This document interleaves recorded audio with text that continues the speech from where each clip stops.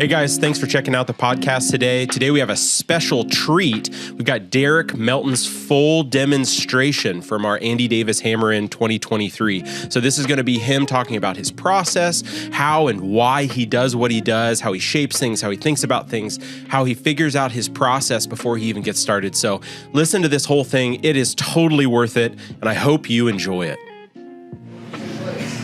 Can you hear me? Wonderful. That's so lovely. That's nice.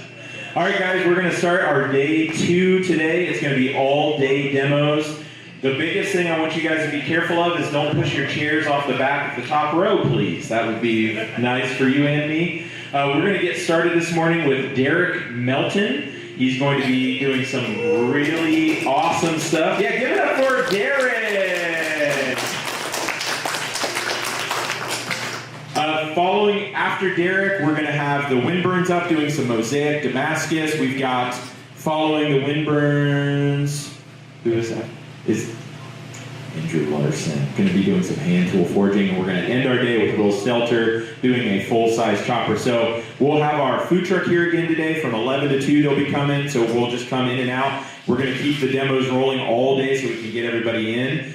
So hopefully it's going to be a great time. If you have any questions, need anything at all, you can grab me, Evan, Francis, holler at us. We've got snacks in the other room. And from there, we're just going to let Derek take it away.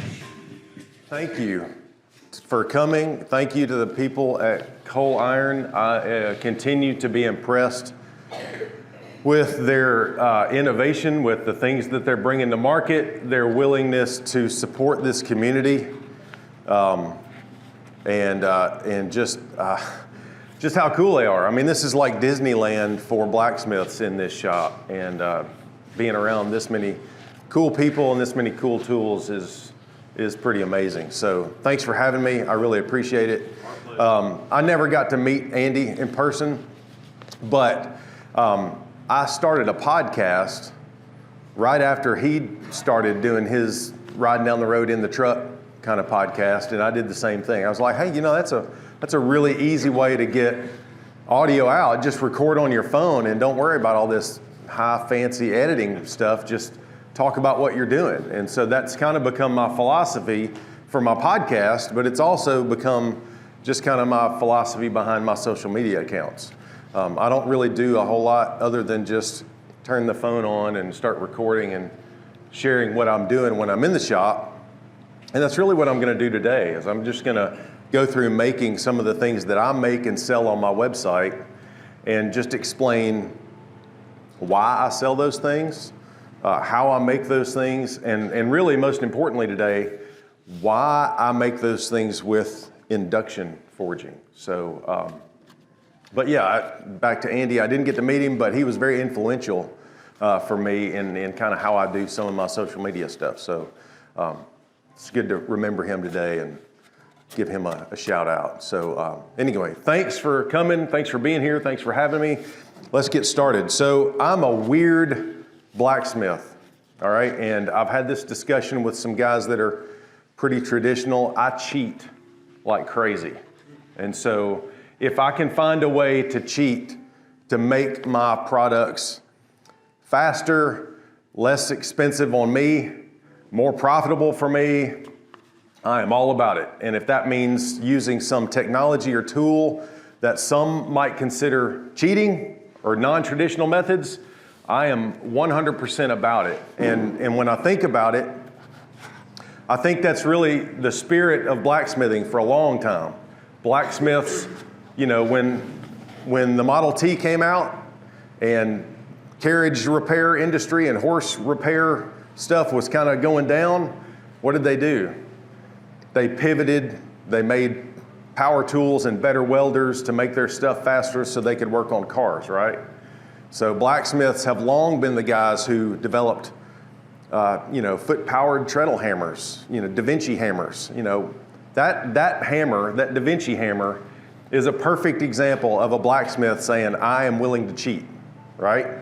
So what I'm going to talk about first is the tools I use to cheat and kind of why. So right off the bat, the number one tool that's helped me out in the last few years cheating in the blacksmith shop has been 3D printing.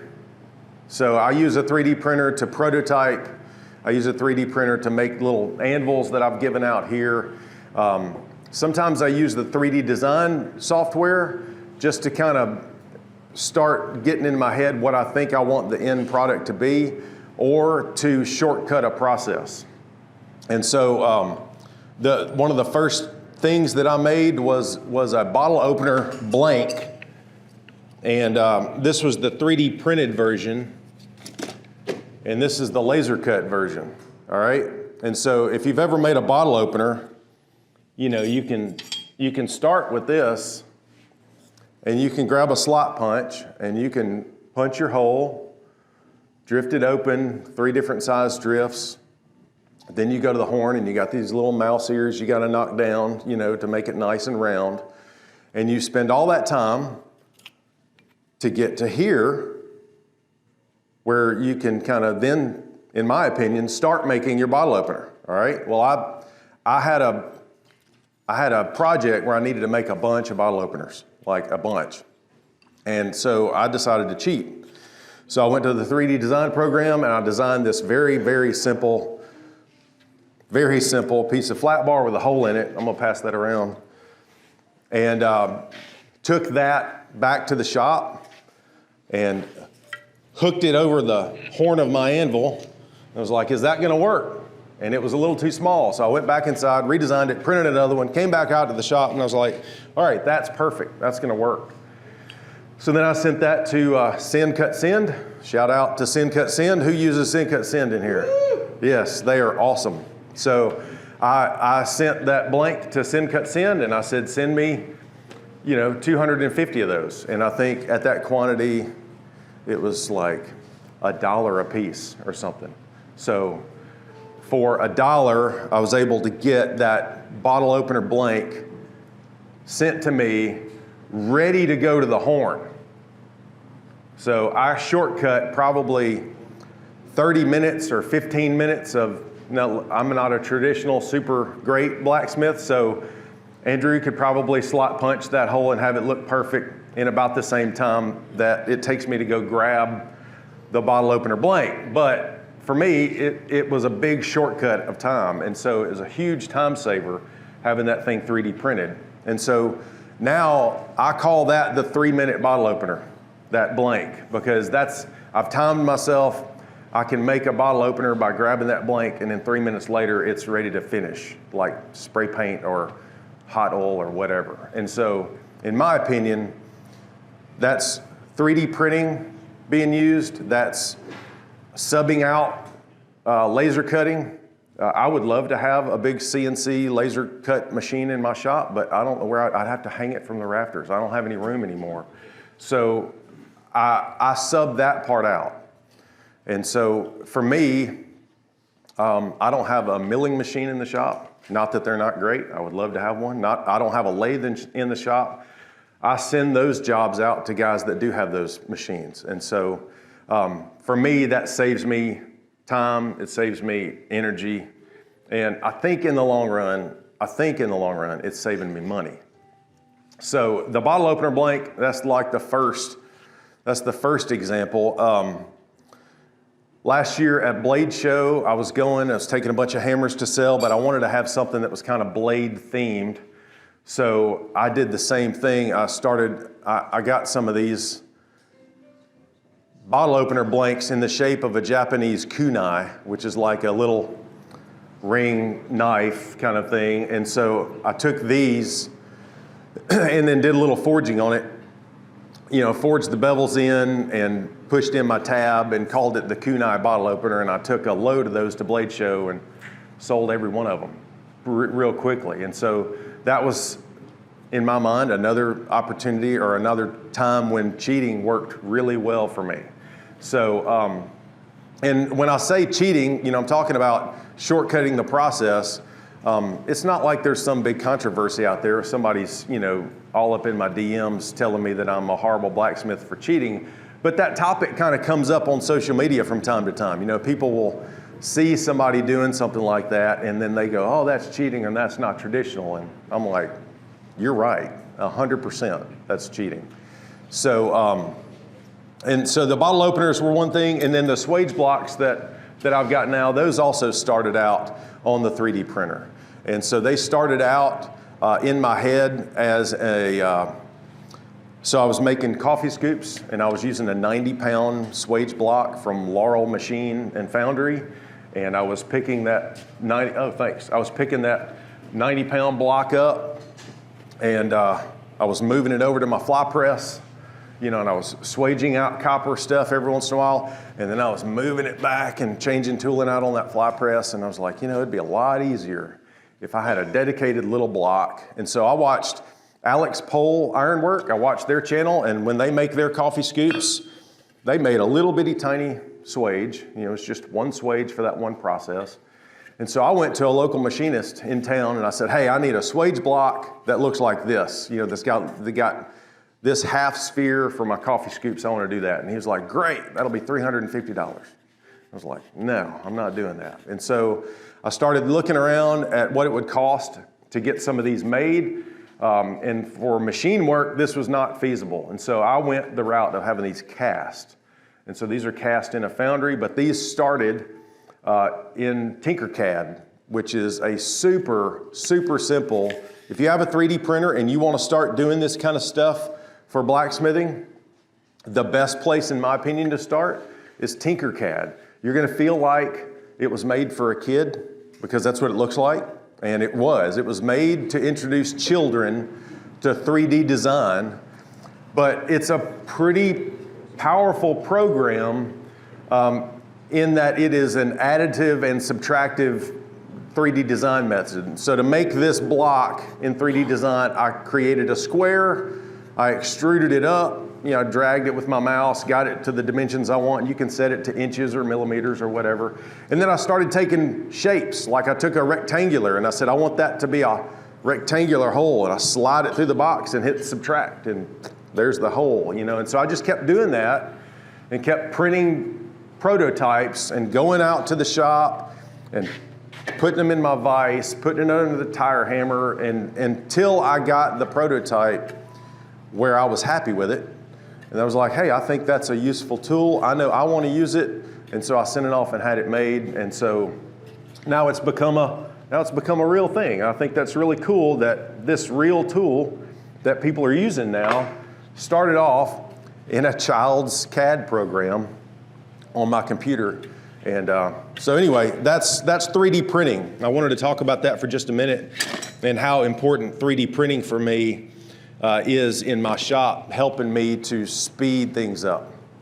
I think first, what I'm going to make is just the traditional Friedrichs cross. For those of you that were here yesterday, you saw that we made a ridiculous, monstrously huge cross. Shout out to Corbin for that. And we're going to make 3 different sizes of those real quick, and I'm going to do it with induction and show you how fast it happens with induction. And so that's going to shift me over to talking about this machine here. And I'm going to talk for just a little bit. So, and this can be interactive. I would love, if you have questions, yes? Yeah, so one thing you just said that I didn't realize is that you designed those swage blocks to be used in conjunction with the tire hammer as well? Yes. Like, how is it intended to be used with the tire hammer?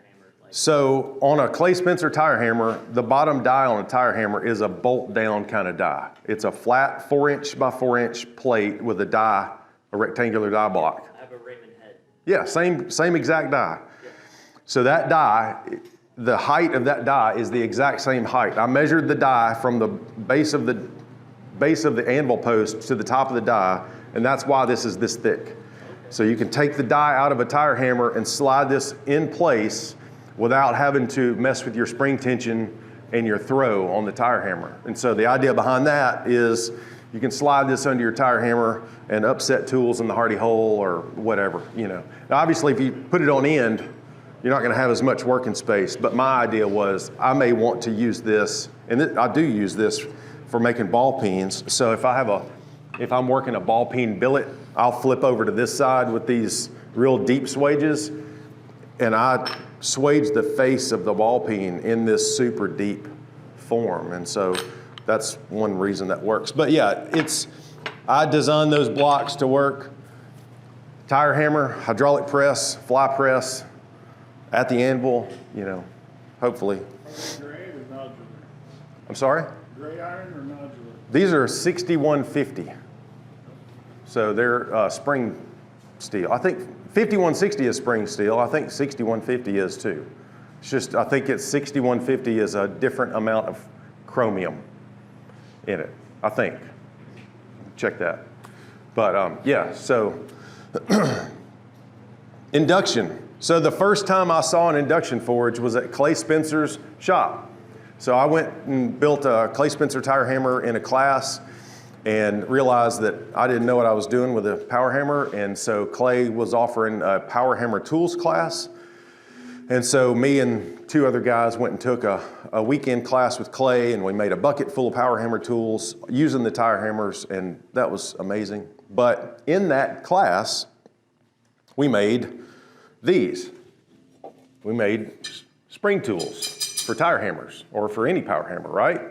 And so Clay, I'd never seen an induction machine before, never heard of one, but Clay hands each of us a flat bar and says, "Here, take that to that machine over there and stomp the pedal and put it in the middle and stomp the pedal." I had no idea what he was talking about, but he sent me to the induction machine, told me to stomp the pedal and stick the metal in the coil. And so I walked over there and stomped the pedal and stuck that thing in there, and my world has not been the same since. So I saw how fast this happened and how quickly it heated this. And he was like, "Okay, take it out, now bend it by hand and make your spring." And so we bent it in half, around we had a little round bar that we bent it around, so that I didn't do that. But we bent it around and we made this bar, He had a piece of pipe and a vise, and we went over the piece of pipe and bent it around the pipe. And he was like, "Okay, now we're going to go weld the bits on the end." But that was it for me. I was sold. Because I live in Mississippi, and it's hot, and we made a dozen different spring tools, and I didn't sweat a bit. And I was like, all right, I'm done. I can work without sweating. This is amazing. And so I went back to the house after that class and said, I've got to have one. So I went and got one. And like I said, it literally turned my world upside down. Up to that point, I was making quite a few hammers. I was making tools for other blacksmiths. I was making some axes every once in a while, stuff that really required propane. And so when I got this machine, I was also making these little crosses. So there's a men's ministry that I was partnered with called Iron Man Outdoors, and they take guys and take them on weekend hunting trips and then do Bible studies and stuff. And at the end of that weekend, they give each one of the guys a cross that has their logo stamped in each one of the arms of the cross. And so I was making hundreds of these crosses for these guys, and I was doing it all in propane.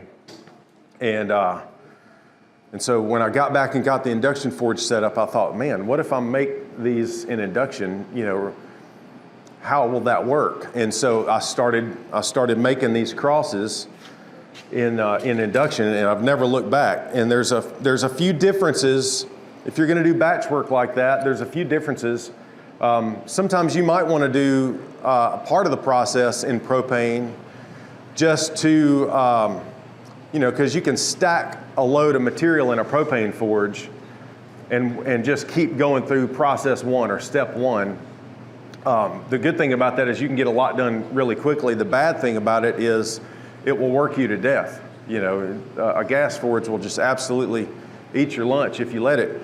But, and so I also figured out that my schedule, being that I was not a full-time blacksmith, really allowed me sections of time during the day when I could get out in the shop and work. And so I rarely at that time had a 2-hour, 3-hour, 4-hour chunk of time when I could get out and dedicate to cranking up a forge, getting all my tooling set up, because that takes a little while to get everything all set up and then start working. So then I shifted from that batch mode to one at a time mode. And by doing that, a light bulb went off, and I was like, you should just scrap everything you're selling on your website and make it so that you're making things one at a time with Induction. And so that's what I did. I went through my website, and I basically deleted everything that was a propane required project. And so I started thinking, well, what products can I make that I can make when I have 30 minutes? If I've got 30 minutes that I can run out to the shop during lunch. I work from home for a hospital system, and so I get a lunch and I can run out to the shop, and during lunch in 30 minutes with this I can knock some stuff out. And so I wiped out everything in my web store and started with a set of real small products, and said, all right, I'm going to just start seeing how this works. And that required another thing, which was saying no. And so I started to have to say no to people who wanted me to make a Viking axe or, a big knife or something. I had a custom list of things that I was working, and then I had my products on the website that all required propane that I was working. And in order to move to this Induction kind of only methodology, I had to start telling people no. And so I started turning down all custom work and just focusing on my small product line. And so I do need to set up a hot cut.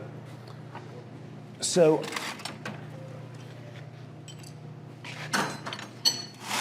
I went through the website and just kind of ruthlessly whacked everything that was in the web store that was going to take me more than an hour to make. That was kind of one of the rules of thumb. And so I said, if it's going to take me an hour to make, then it's not going to be on the website. And this was kind of a trial run. And so I started doing that, and I started with these crosses. I finished the batch for Iron Man, and then I listed these as individual products. So I have 3 different sizes of the cross on the website. I've got, I don't know how many seconds that was, but that was very fast. You probably saw that. But I'll make this size cross. I'll make a 3/8, this is 1/2 inch square. I'll make one out of 3/8, and then I'll make one out of 1/4 inch in either steel or copper. And those, the 1/4 inch crosses, I call necklace crosses. And so I started making those crosses and selling them as 3 individual products, and noticed that I was getting sales. I would post them on social media or talk about them a little bit, and I would sell one here or there. And in a fairly short period of time, the orders started coming in, and they were all relatively inexpensive items. I don't think I had anything listed on the website at that time that was more than $55. Everything was $55 or below. And that was sometime near the end of the summer when I started that methodology. And when Christmas rolled around, I got slammed with orders, and they were all little stuff that I could make fairly quickly in Induction, and I've never looked back. And so what I've done over the last few years, 2 years, 3 years, I think I've had Induction for 3 years. What I've done is I've iterated products. So like these crosses, they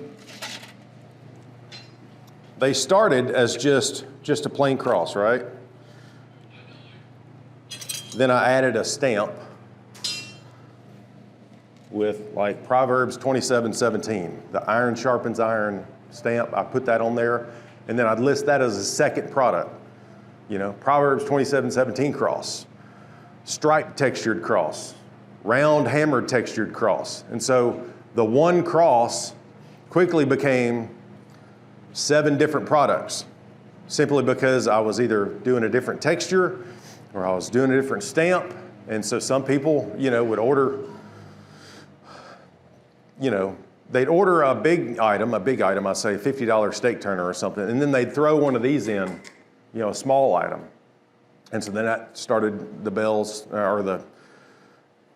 started the wheels turning, well, what else can I do that way? And so with the crosses, I started ordering stamps so I could stamp in different stuff, because I don't know if you've ever tried to stamp letters in, individual letters, but I can do 3 straight.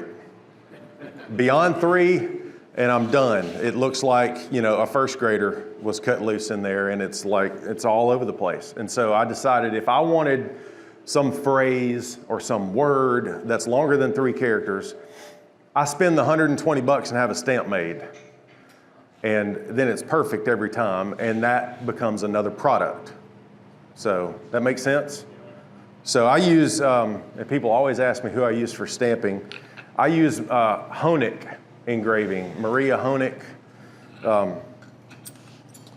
Also, I think they go by Jera Metal Arts sometimes.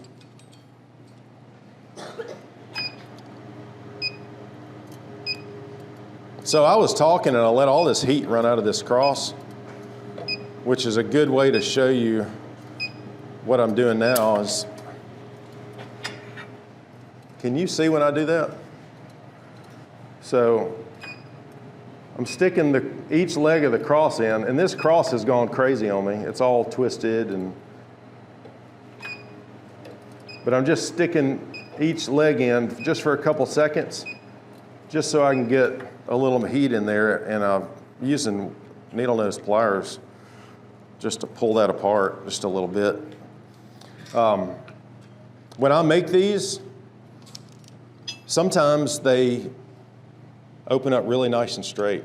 Like when I get into batch mode and I start opening a bunch of them up, after I open like 10 of them, then I kind of get in the rhythm and they open up real straight after that. But usually, especially when I'm doing a demo, this happens a lot. But so when you're making these crosses, there's a couple of really important things that I like to point out. The dimensions that these need to be cut to, and I have a piece of wood. It's at the bandsaw. Be right back. Whoa! So I need to duck down. You cut your blanks? All right, that's a really good question. So, does everybody know how to make a Friedrichs cross in here? No. All right, good. Because usually most everybody's kind of seen it done. So there's 3 cuts 3 or 4 cuts that have to happen. You cut your bar stock to length, and then you make 2 intersecting cuts that go down. One cut goes down one side, you flip it, and another cut comes down the other side. And where those cuts intersect is where this hole ends up being. Evan, I did it again. I just put my back in front of that. But where the cuts intersect becomes the opening, which is the primary feature of this cross. The opening is what makes this cross the Friedrichs cross. And this is mild, so you can move this, unlike a 40-pound stainless cross, you can move mild pretty easy. But the central feature of the Friedrichs cross is the opening in the middle with these folded edges I'm not picking that thing up. You can look at it. There's the cross over there. But you see the edges inside are all turned, and they're kind of on the diamond right in the middle. And you noticed I grabbed a piece of hickory. This was a hatchet template that I cut backwards. You notice on hatchets, this is supposed to be back here. And so I cut that backwards, and this is now my cross whacker. But anyway, the central feature is that center hole, all right? And in my opinion, there's a right way to cut these, and there's a not right way to cut these, all right? And the not right way to cut these is too small.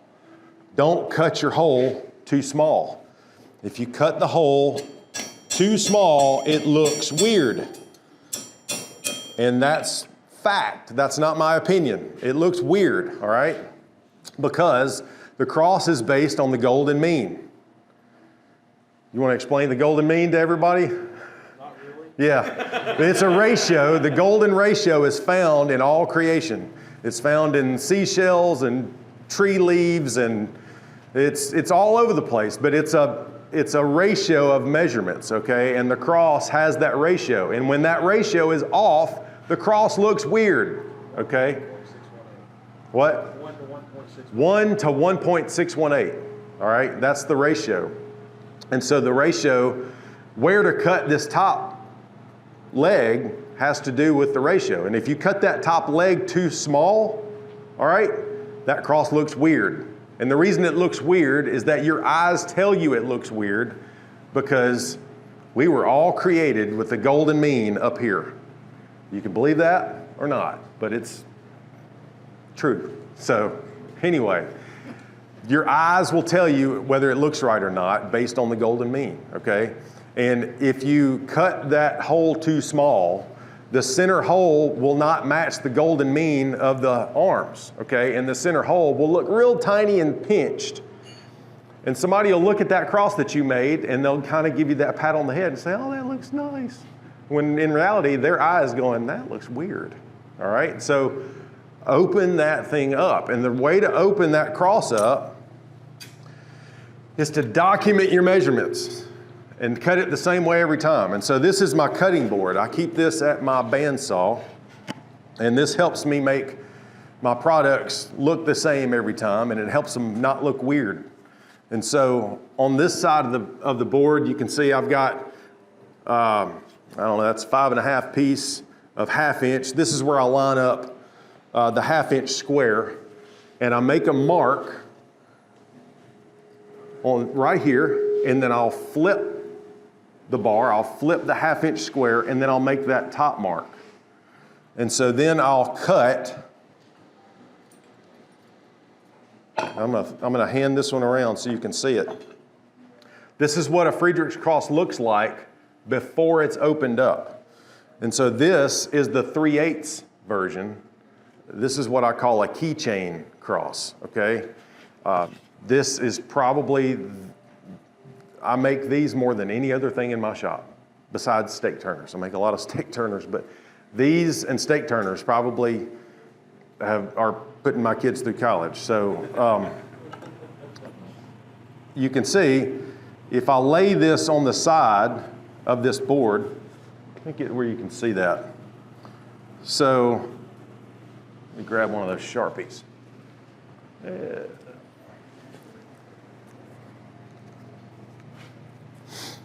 All right, so this line right here, you see that's where my cross cut stops, on that line.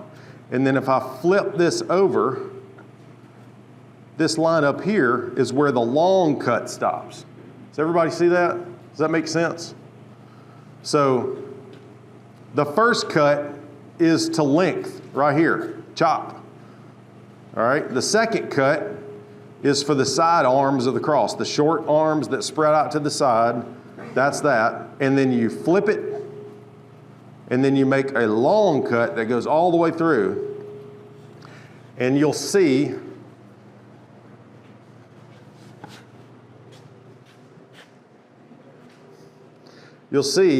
there's a space where these cuts intersect, all right? And if you look, that intersection of the cut is the width of this parent material. All right, this is 3/8, so I want that intersection to be at least 3/8. 3/8 is where it's not going to look weird to your eyes. Slightly over the width of the parent material, and in my opinion, it starts to look good, okay? So it's like 3/8 plus a little bit, and it starts to look nice. This is 1/2 inch material, so this is 1/2 inch the width of the material. The cross cuts is 1/2 inch plus a little bit. And so what I do at the bandsaw is I cut to the line and push just a little past it. Now you could say, Derek, why don't you just make your lines that way? I don't know. That's just always the way I've done it. I've just gone, okay, I know it needs to be the width of the bar plus a little, so I just do the plus a little at the bandsaw. I'm weird like that, but so that right there, that cut and that methodology to the cut is the secret behind the Friedrichs cross. The rest of it is just using a hot cut to split it open. I mean, you saw me do one there. I'll do one of the keychain crosses real quick too. While I'm doing that gives me a second to talk about the importance of the coils in an induction machine. So right now, I think this is like 1.25 inch ID, maybe 1 inch ID, inside diameter coil that's in the machine. It looks what's in the machine right now looks like that, all right? So what I've been told and what I have discovered with induction is that the optimal size coil should be about 1/8 of an inch-ish larger than the material you're heating. To get the optimum super fast speed, that's what you want, okay? So for this 1 inch coil, this right here would be great for a railroad spike that I've laid somewhere, yeah. So this coil right here, you can see there's like 1/4 inch or so between the railroad spike and the coil. This coil could be a little tighter, but I'll talk about the reason why I like using oversized coils in a minute. But let's say you're working 3/8 all the time. That's all you're doing. Or you're working half all the time. You're making, where's Rob? Let's say you're making TV trays, Brian Brazil style TV trays, which is these tool trays that fold down. They're made of 1/2 inch. Yeah, they're made of like 1/2 inch square, and you're punching a lot of holes. So if you were going to do that and you wanted that bar to light up really fast, then you would use a real tight coil, okay? And put that in there, and it would measurably be different how fast it heats up. And so I may do that in a few minutes. I may swap coils out so you can actually see the difference between how fast it is. But just know that when it comes to induction, just like there's not one hammer for every job in a blacksmith shop, there's not one pair of tongs for every job in a blacksmith shop, there's not one coil for every job with an induction forge. Now they make a coil, or you can make a coil called a combo coil, where it has two shapes, and I didn't bring one with me.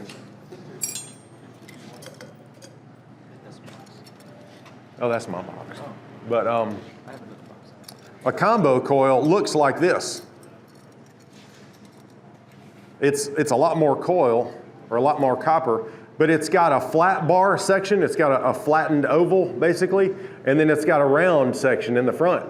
So if you're using round or square bar, you can go in this one to heat it up. If you're heating wide flat bar, you can go in this one to heat it up. And so it kind of lets you not have to change coils so much by using a combo coil.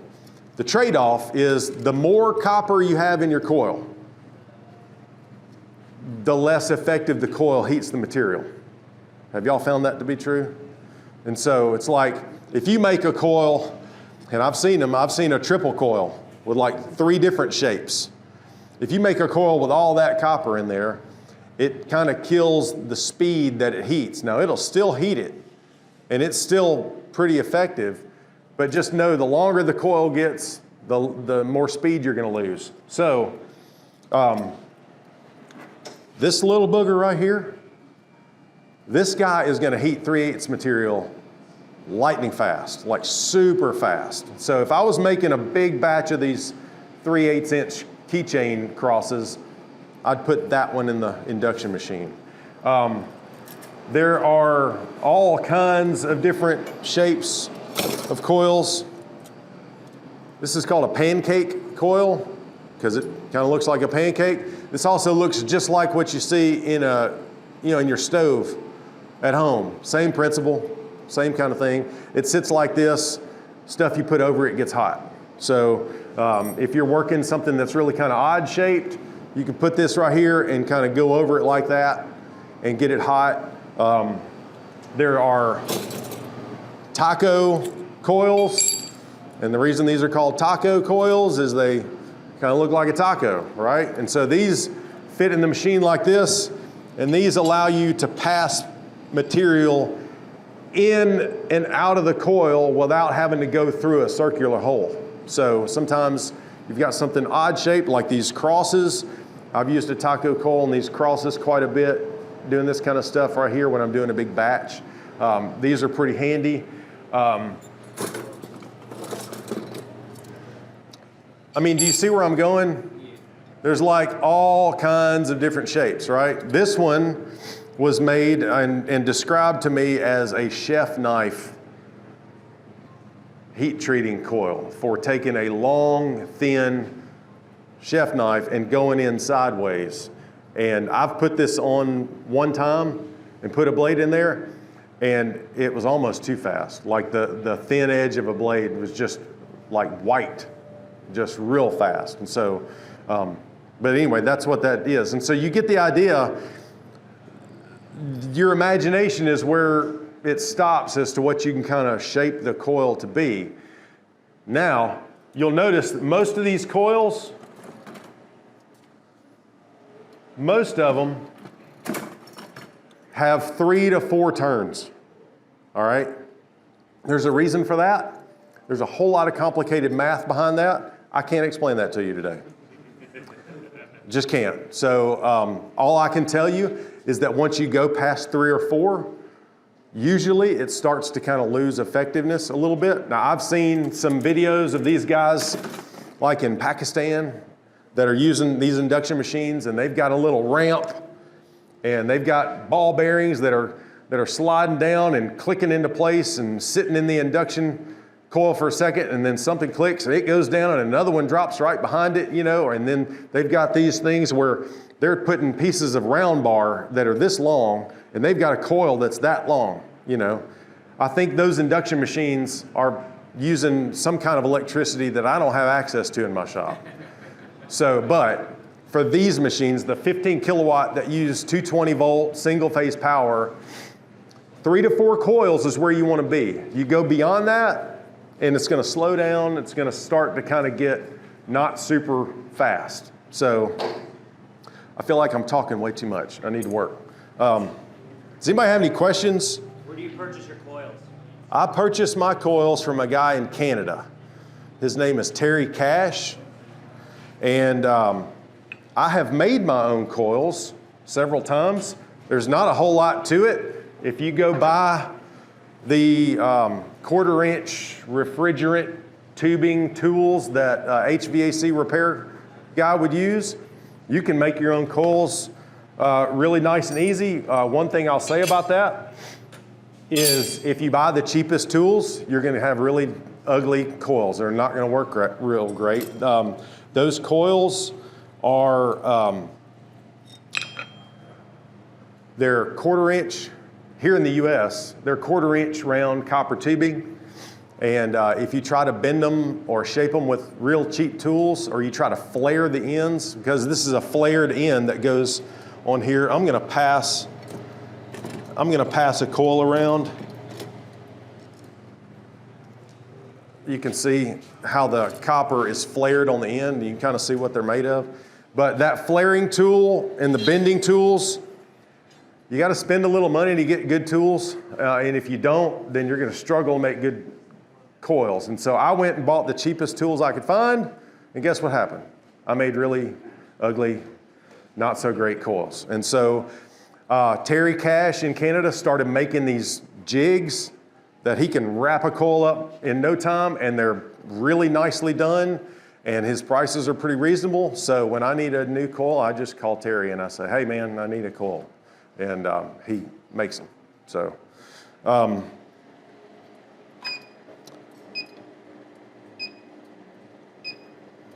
so this is what I call a wall hanger. This cross, it's like a 6-inch or 5.5, 6-inch piece of steel. And I took my hot cut out and I'm not ready. But I make a lot of these around Easter. I make a lot of these around Christmas time. And these are the ones that I have different stamps for. I offer different textures for these. I've done quite a few of these with like custom names on them. Like I said, once I get past 3 initials, I generally am turning that job down unless I've got a stamp for it now.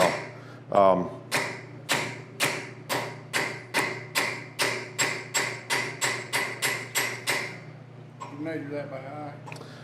My eye told me that that was too short. Check that out. So I cut it too short. But look at that and tell me that's not too short. If you can see where I cut it. That, in my opinion, should be a 1/4 inch higher. But because I was talking and demonstrating, I just laid it down without really looking. I cut it too short. So we're going to throw this demo piece to the side. Just forge and flare it out? I could forge that out a little bit and flare it, but I need to quit talking so much and start forging a little bit.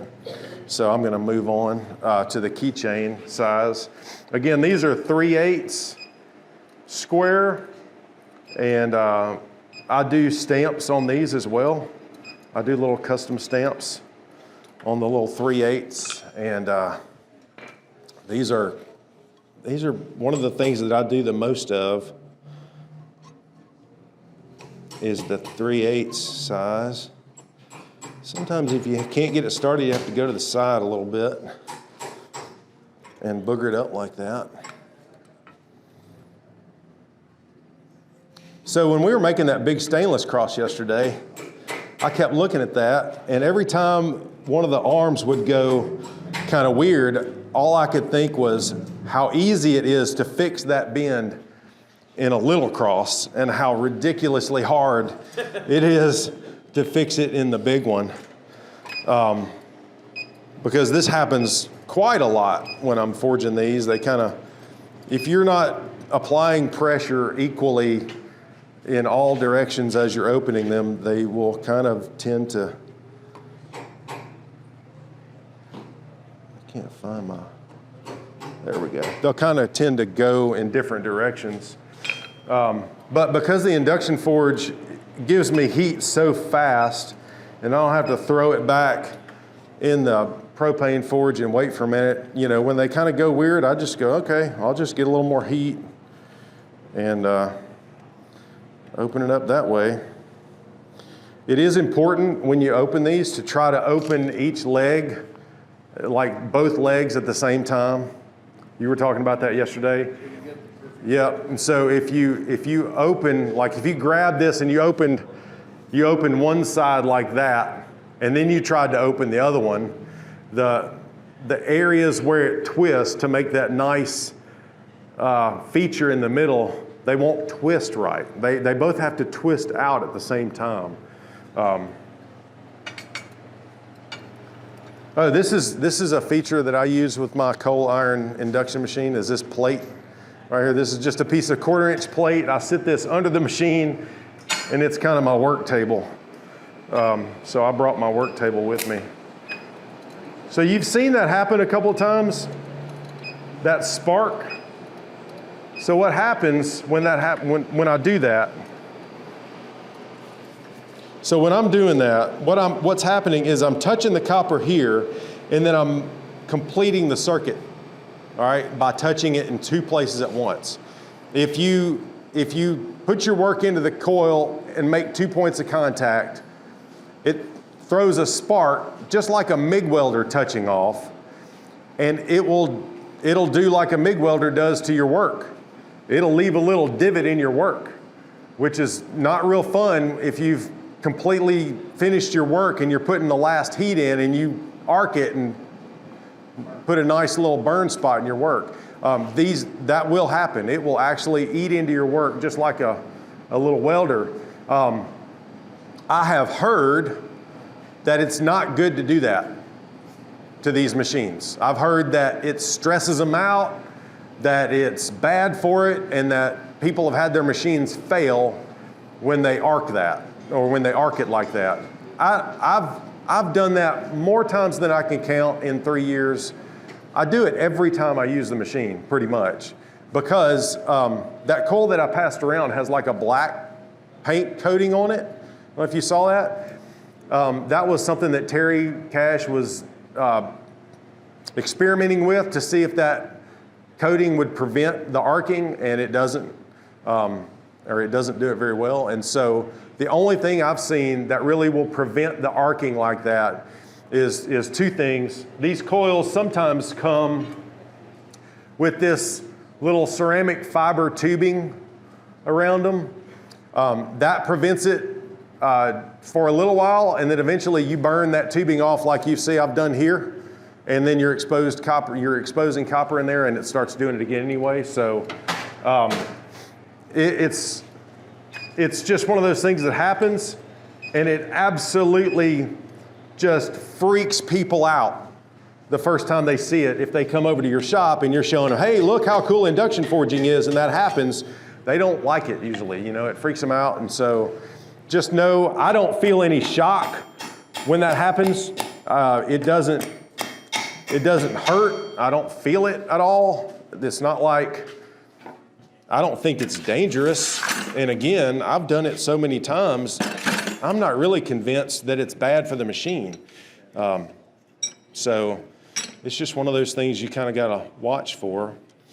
Now, when you're opening a Friedrich's cross and you don't do it exactly right every time, and it's going to go weird like this, what I do is I've got a vise in my shop that's on a rolling stand. It's a little small vise.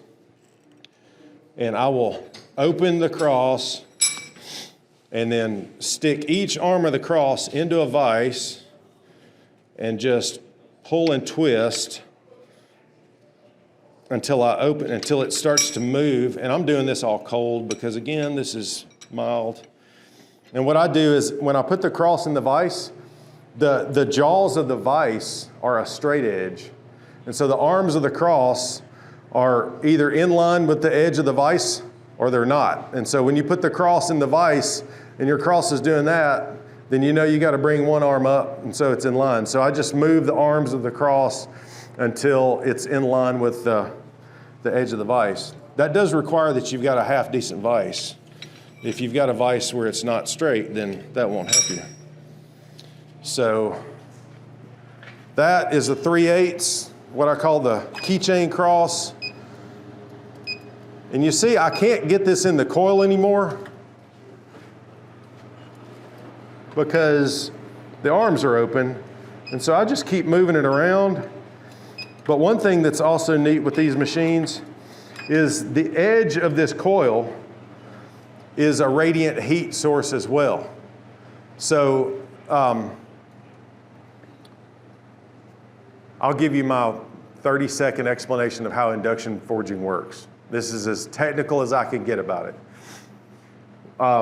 Some of you might remember being in grade school and the teacher hands you a 9-volt battery and a nail and a piece of copper wire, and you wrap the wire around the nail real tight, and then you pull the nail out and you connect the battery to the copper coil, and then it'll pick up paper clips.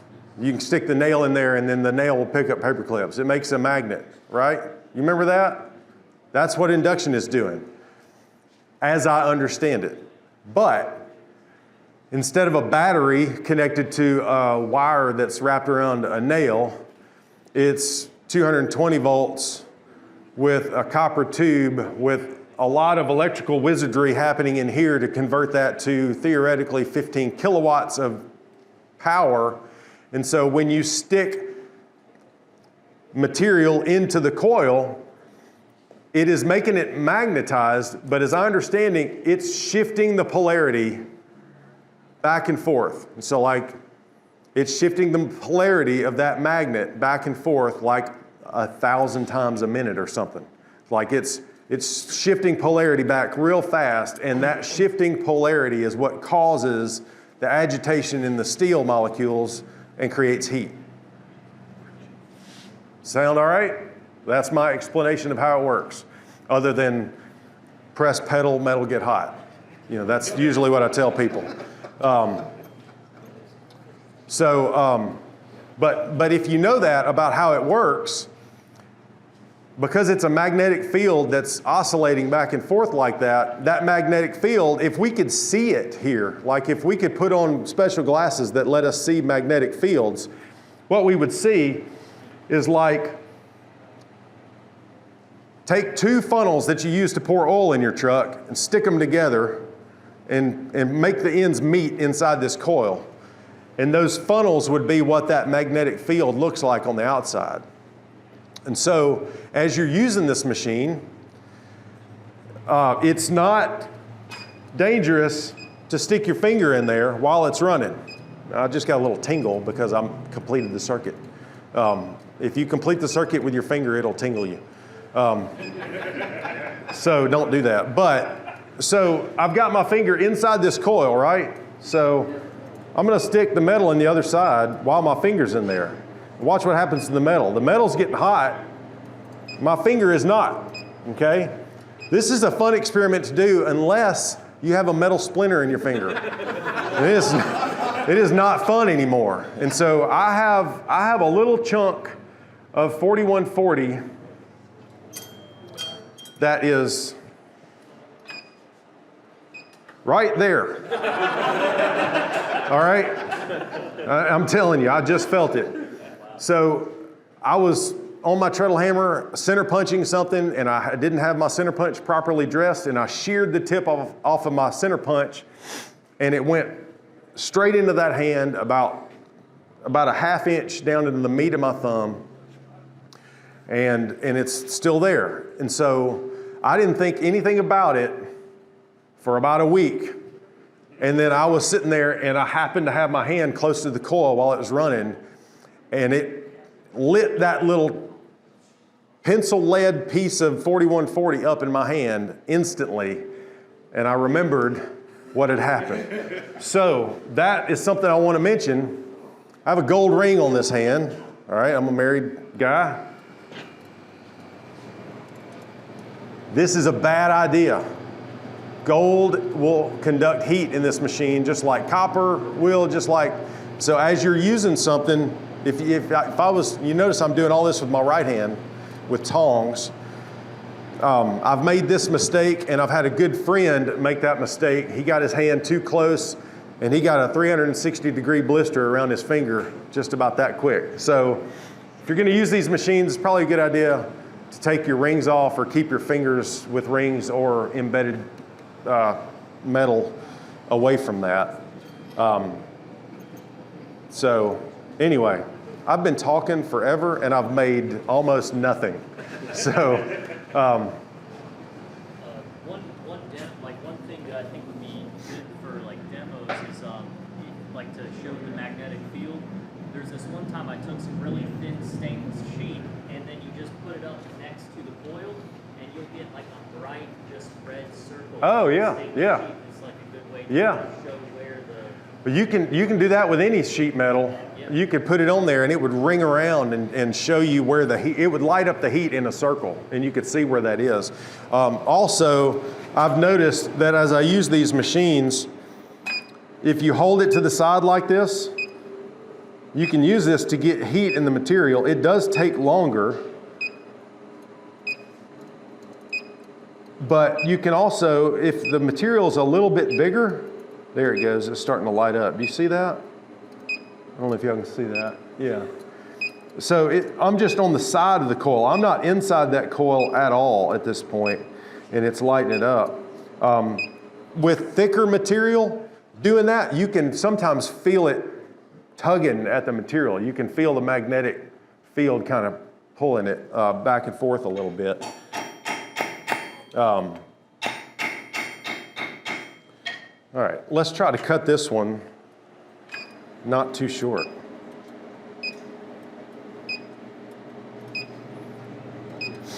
I usually don't hot cut this stuff. I usually do them all at this size or to this degree of completeness, meaning both arms up and down are long. I usually forge them all to that way, and then I run to the bandsaw and just zip it off at the bandsaw.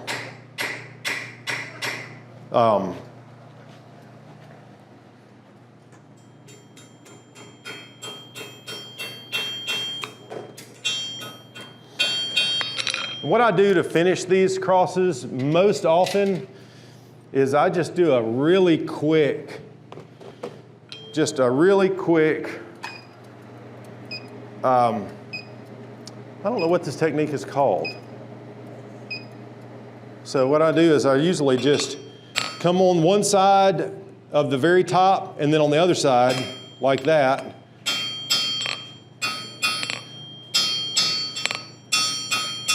I don't know what you call that. I'm spreading out just the top there. And if I do that on all four, it kind of gives it a Celtic cross look. It opens the crosses, opens the ends up just a little bit and gives a two-sided facet to each side. And that's just kind of what I've come to do on all these. And that can be done cold with the mild steel, or you can get heat in it and do it hot.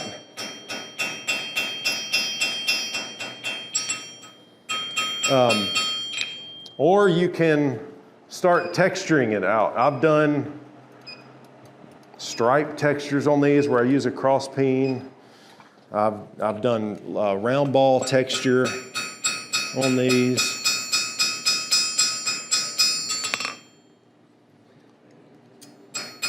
I've done stamping on these. And every time I do something like that and I like the way it looks, guess what that is? That's a new product on the website, right?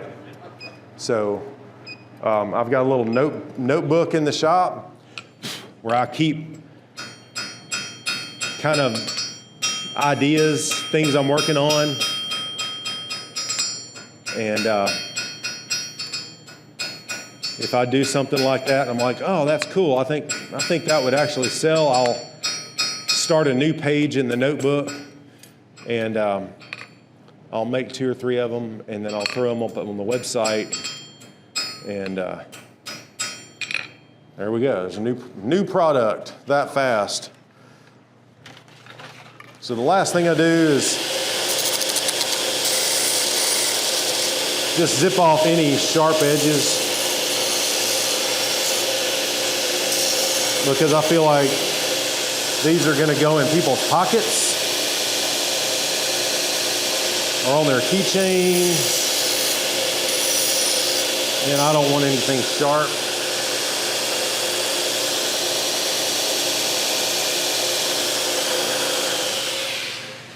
And as I'm looking at it, it looks like one of the little arms is just a little bit crooked still.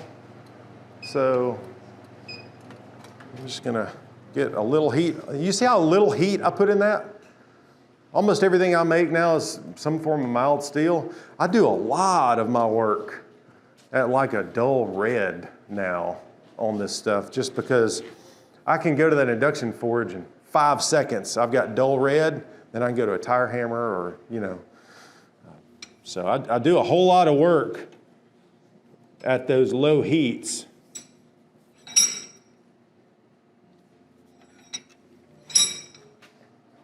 All right, there we go. So obviously, I was running my mouth the whole time. It took a long time to make a keychain.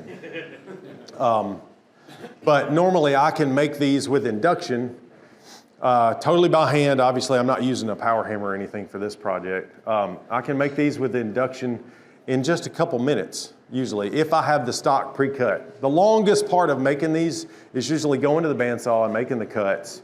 And what I usually do now is, once a month or so, I'll go sit at the bandsaw and turn on a podcast and cut a bunch of pre-cut crosses.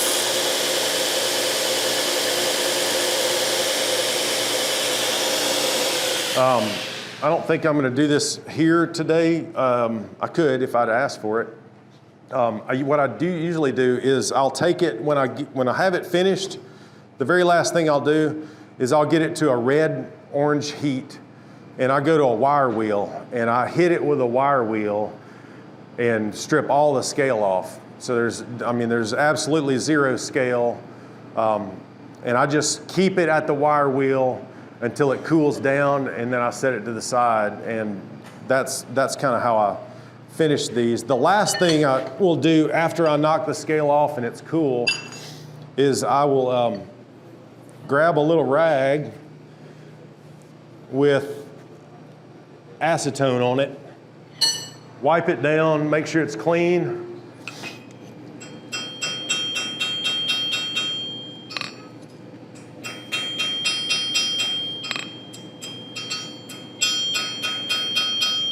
And the way I finish like almost all my stuff now is with matte clear coat. So I'll hit it with acetone, clean it off, and then spray it with matte clear coat. I give it 3 coats, and I've carried one in my pocket that I clear coated for a while, and it takes quite a long time for that to really wear off. I have used blacksmith wax. I've used the Johnson paste wax, beeswax. I've tried the hot oil rag method. I've tried color blackening it a little bit. All of those methods seem to hold up just about as long as the matte clear coat. And the big, super big advantage for me with the matte clear coat is I can have a product finished and ready to go into an envelope to mail off much faster than if I have to heat it up and hit it with a rag, and then I'm heating it up again and I have to wait. But if I go from the wire wheel, dunk it in water real quick, hit it with the acetone, that stuff dries too in just a couple of minutes. I mean, I can spray it and come back in like 2 minutes and I can handle it. Then I can knock my hole in it, put my little keychain lanyard on it, strap a leather strap, put my card, and it goes in the mail. So that has become kind of a fast way to finish things that I picked up from John Perilou in Louisiana, the guy that does all the tire hammer classes. He's a real talented blacksmith, and he does that for a lot of his small items. So I thought if he does it, then hey, maybe I can do that too. All right, so that was Friedrich's cross. I only got one actual made. I'm going to move to bottle openers real quick. Okay, those crosses I sell for $25 shipped. The keychain cross. The slightly larger one is $30 shipped. And that means that I'm eating, on average, I ship those in a flat rate, in a bubble mailer envelope there's a new shipping method now called Ground Advantage, which is like, it's not quite as fast as priority mail, but it's 3 to 5 days versus 2 to 3 days. But it's a good bit cheaper. And so I can send off any one of those size crosses in one of those envelopes for about $4 anywhere in the country. So I'm eating $4 of my profit by saying it's free shipping, I feel like I'm talking a lot. Is that okay? Like one of my main, I just want to say this up front. You're going to see a lot better blacksmithing and metalworking after I'm done today. The guys coming after me, That's who you want to watch some really incredible metal moving, all right? One of my big desires today was to really kind of show you how effective this machine is and talk to you about how much of a game changer it's been and talk to you about the methodology behind why I make the products I make. That reminds me. I made a note the other day that I was supposed to talk about the products that I make, and that is I have 3 requirements now for a product to be listed on my website. 1, I have to have inexpensive and plentiful material on hand, all right, which is mild steel and railroad spikes. I got those in spades, all right? So mild steel and railroad spikes are cheap, and I turn those things into money. So cheap and plentiful material, that's the first one. I have to be able to make it in under an hour, all right? And the most complicated thing that I make usually takes me about 45 minutes, I think now. And then the third requirement is I have to be able to make it with induction. If a product idea meets those 3 requirements, I got cheap material to make it, I can do it quick, and I can do it with induction, then boom, it goes on my website. And that has been a successful methodology for me. And I keep saying website a lot, so I want to address that for a minute and talk to you for another minute about that. I promise I'm going to make some more things. I don't know how much time I've got left, but I'm going to make some more things in a minute. But I want you to leave with something helpful today, an idea that maybe will help you to make money. I told people yesterday that jokingly my demo was basically I want to teach you how I make money. And really, that sounds it might sound crass or cold when you're talking about a craft that we put so much effort and heart into, and a lot of us do just because we enjoy it, and I don't want to remove any of that. I don't want you to come away here thinking, Derek only does this to make money. While that is true to some degree, I love this, and I did it for free for a long time, but I love tools.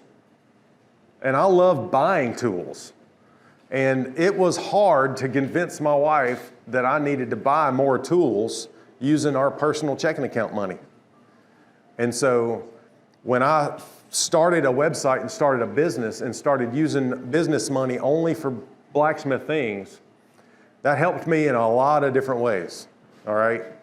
And so all this business talk and all this website talk is because it's been important to me from a hobby perspective to help me equip my shop and get a lot of really cool tools. Nearly every tool in my shop now has been paid for by the work that comes out of the shop, which is awesome. I've done a lot of different hobbies, a lot of different stuff. And blacksmithing and bladesmithing, they will help you pay for your stuff. If you're smart about it and you pay attention to what things sell and you make things to sell in order to pay for the stuff you need. So, man, I hate buying these things. I mean, it drives me crazy when I order abrasives because it feels like I'm just grinding money away, And for those of you that are bladesmiths, Lord help you. It's bad. Bladesmith belts are expensive, and you got to have it. And so, if you're a bladesmith or you're a blacksmith, these little small things, they'll help you pay for that. All right, because you can make things like this. People say making hooks all the time, and that's kind of a tired trope in the blacksmithing deal. But let me tell you, you go to a craft show with a basket of well-made hooks for $5-10 a piece. I promise you will sell them all because Nana wants a hook on her front porch that looks cool, and that was in that basket, all right? I learned a real valuable lesson a couple years ago. I went to the grudge match in Gatlinburg. It was for Forged and Fire people, and it was pretty much all of us were bladesmiths, and we all had tables of work, and most people had really nice blades on their table. But what's the average cost of a blade? $300, $400, $500. Yeah, easy. On the low end, $300 to $500, right? And even then, you're probably crying because you know how much effort went into that, and really it's worth a lot more than that. There was one guy in Gatlinburg at that show, and he came and he set up, and I kind of knew him from the Forged and Fire thing. I don't remember what season he was on, but I recognized him and talked to him a little bit. The only thing on his table were railroad spike knives. He was covered up with them, probably 100 of them. All right, and most everybody had anywhere from 5 to 15 really nice knives on their table. That was Friday, Saturday. Midday Saturday, guess who was sold out? That guy. And he was selling $75 railroad spike knives with sheaths that he didn't even make. He bought the sheaths from somebody else. He banged out a railroad spike knife, shoved it in a somebody else made sheath, and man, he sold everything he had. And I was like, who was the smartest guy here? Because he made things that were accessible to the general public. And I am not discounting making fine blades. I mean, there are people out there that want fine blades. And there are makers here today who make utterly exquisite pieces that people buy. But those makers too, if you talk to them, they're talking about the need to make things that they can sell on a regular basis. So regardless of whether I make one more thing today for you, I want you to leave with that knowledge that making small things that you might think are silly, they'll help you pay for those blasted sanding belts, and they'll help you pay for a coal iron press or an induction forge. They absolutely will. And so what's happened to me is I shifted to doing that just to kind of see if it would work. And now I'm stuck in it, kind of. I've made 2,500 railroad spike stake turners in the last 2 years at between $40 and $57 a piece. I got 2 kids in college. They both have a car. They're both on my insurance. So what's working for me right now is, man, I'm all into railroad spikes. They make me happy. And so find what works for you. It might be railroad spike stuff. It might be hooks. It might be little crosses. It'll be something, but I just want to drill in how important it is to make small stuff for profit and kind of make it on the regular, because you can do it quick and have it. And the other thing I want to say, and this is what started this whole conversation, was I keep saying the word website, and I know for a fact that not everybody has a website in here, right? Who has a website in here? All right, not many, all right? So I guess I could probably poll the crowd, and I'm an IT guy. I've been working in computers and IT for a long time. And a lot of people, when they see that I've got a website, the first thing they say to me is, yeah, but you're an IT guy, you get it. I promise you now. How many of you are blacksmiths in here? Okay. How many of you are bladesmiths? All right. Y'all both like Nazel hammers, right? If somebody gave you a Nazel hammer, but it needed a lot of work, what would you do to get that thing running? You'd do anything to get that running. You'd figure it out. You'd read a 100-page manual. You'd translate German. You'd do whatever you had to do to get that hammer running, right? Right. Making a website is way easier than getting a Nazel 3B running. Like nowadays, it is way easier. If you can use Facebook or TikTok or whatever, if you can use any of those and you can figure out how to log in, how to send yourself a text message for an authentication challenge, how to put in your email address, if you can figure those things out, I promise you, you can figure out how to create a website. It's super easy. I use Squarespace, there's Wix, there's WordPress, there's a bunch of different places, but they're so easy now. And so how many bladesmiths are in here again? How many of y'all were hit by Instageddon last week? 1, 2, at least a few. Instageddon, for those of you that don't know, was basically a mass banning of knife-related content on the platform. We could argue for the rest of the day for why that happened and if there's political reasons behind it. That doesn't matter. The fact is it happened, right? So if you were on Facebook or you were on Instagram and those were how you're selling your product, because most of us have sold some product on social media at some point, right? If that social media goes away, then what are you going to do? Right? So that's what I'm saying. That's the last thing I'm done. All right. Get a website. Get a website. Look, I'm on Instagram. I readily reply to people that contact me and talk to me. If you want help setting up a website, I kid you not, shoot me a message. It may not be tomorrow. It may not be the next day, but I swear to you, I'll help you get set up. All right? I'll give you my phone number. We'll sit down in 20 minutes. You can get a website going. I'll help you because I think it's that important if you want to pay for sanding belts. So, all right. Let me make something else before I run out of time. Earlier, I talked about the 3-minute bottle opener. I'm not going to ask you to time me because I'm probably going to start talking, but I want to show you what it looks like to make one of these bottle opener blanks real quick. And so I use these flat bar tongs. Watch this. This is pretty cool, how fast you can make a bottle. You know what? I need to change coils real quick. So I'm going to show you how I change coils.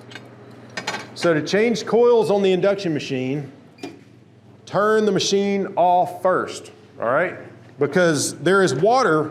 This is a water cooler, and it is sending water through this machine and through these coils. And you can imagine what will happen if you leave the water chiller running and you go to change the coils.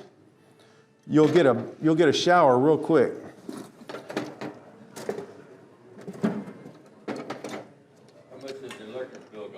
That is an awesome question, and I was waiting for somebody to ask it, which unfortunately means I'm going to talk some more.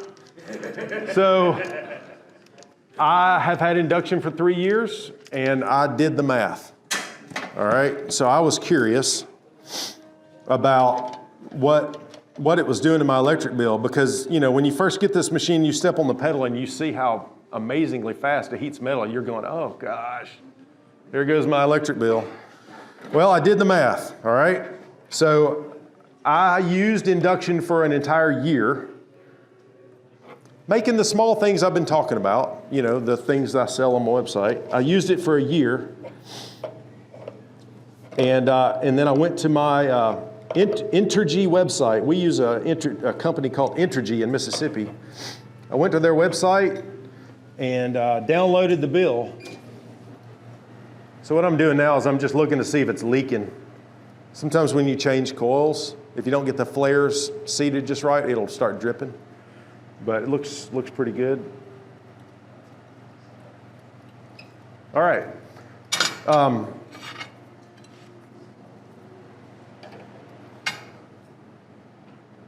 1 year with induction, my electric bill compared to the previous year. I downloaded 12 months and 12 months, previous and after induction.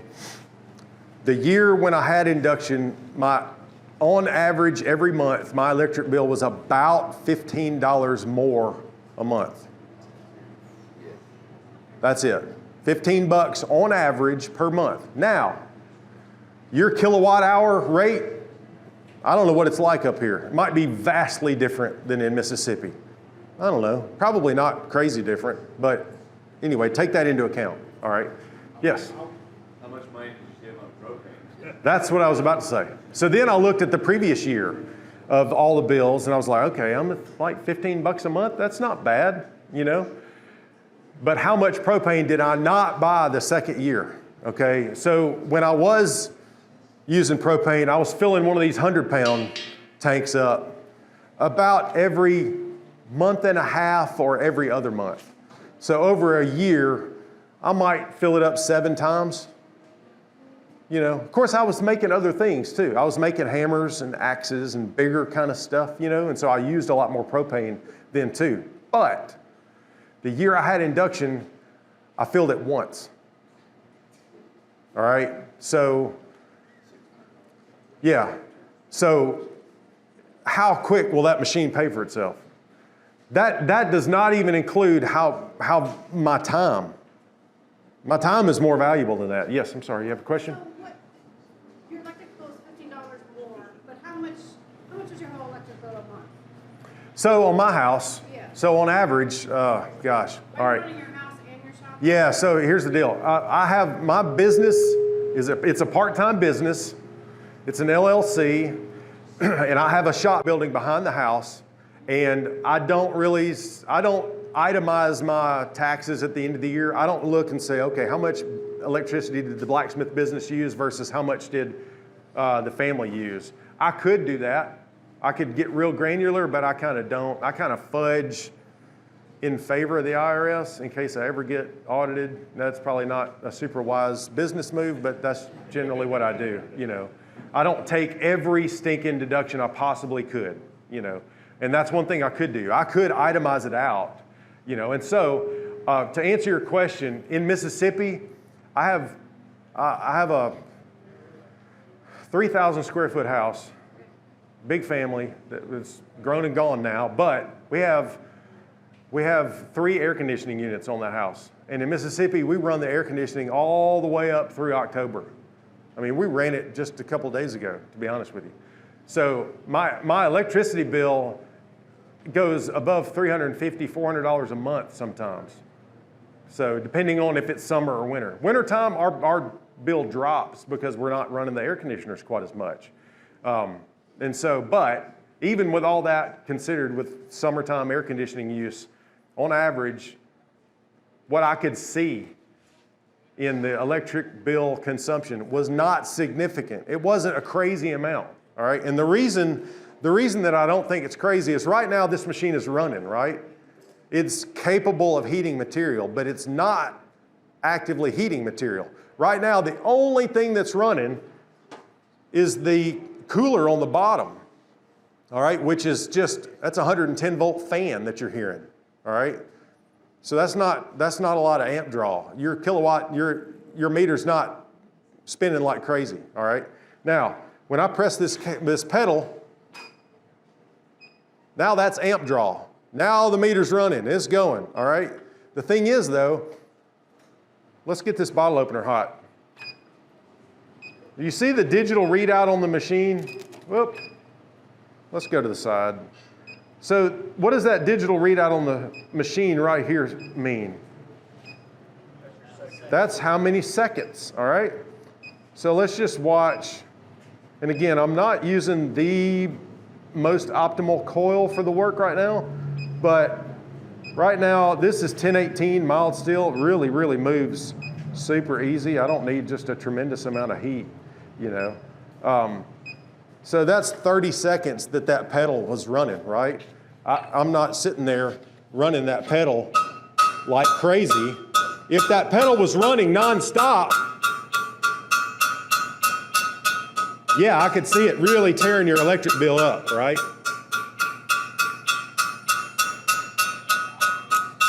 So the first step in the bottle opener blank is to make it look like it's not a bottle opener blank. So you could actually take this blank and forge a little tab into it and call it done, right? But I want it to look and I want it to be forged somewhat, and so I'm gonna do that. And this horn is actually a little bit too big for this.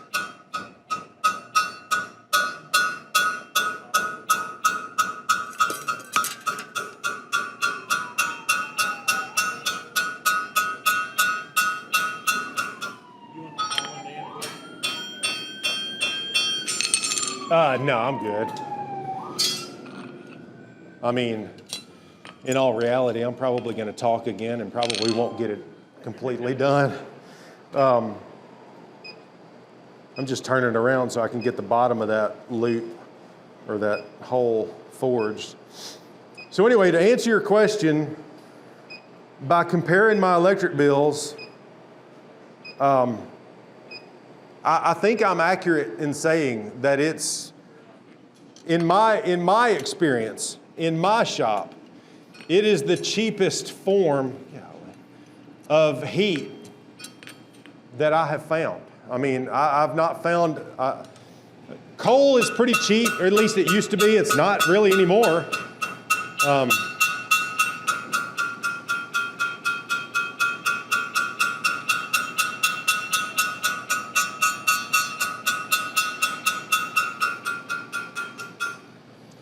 You know, I talked to hammer maker Brent Bailey not long ago out in California. Guy uses a lot of coal, and he was asking me if I knew of an induction machine that was big enough to do the material he forges hammers, 2 and 3 inch round. I was like, yeah, they make those machines, but they require 480 volt, 3-phase power, and I think it might not be a problem for him. But I mean, I'm hearing from more and more people that they're having, like we in Mississippi with the Mississippi Forge Council, we've had to kind of shop around to find coal at a reasonable price, or coke, forge coke. We like to use coke. So I don't know about that here in Indiana, but have y'all found that to be a problem? It's not? I mean, I'm hearing that from other people in the country that it's getting more and more difficult to find the coal.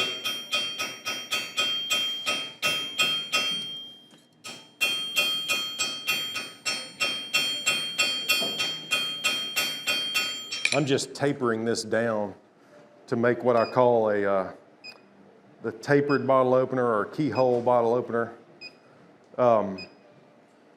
Yeah, I'm hearing from more and more people that the forge coke that they used to buy is either not available anymore. L brand, y'all ever heard of L brand coke? I don't think we can get that anymore. They're not selling to us. I think they're still selling, but they're selling to like these huge electric companies and stuff,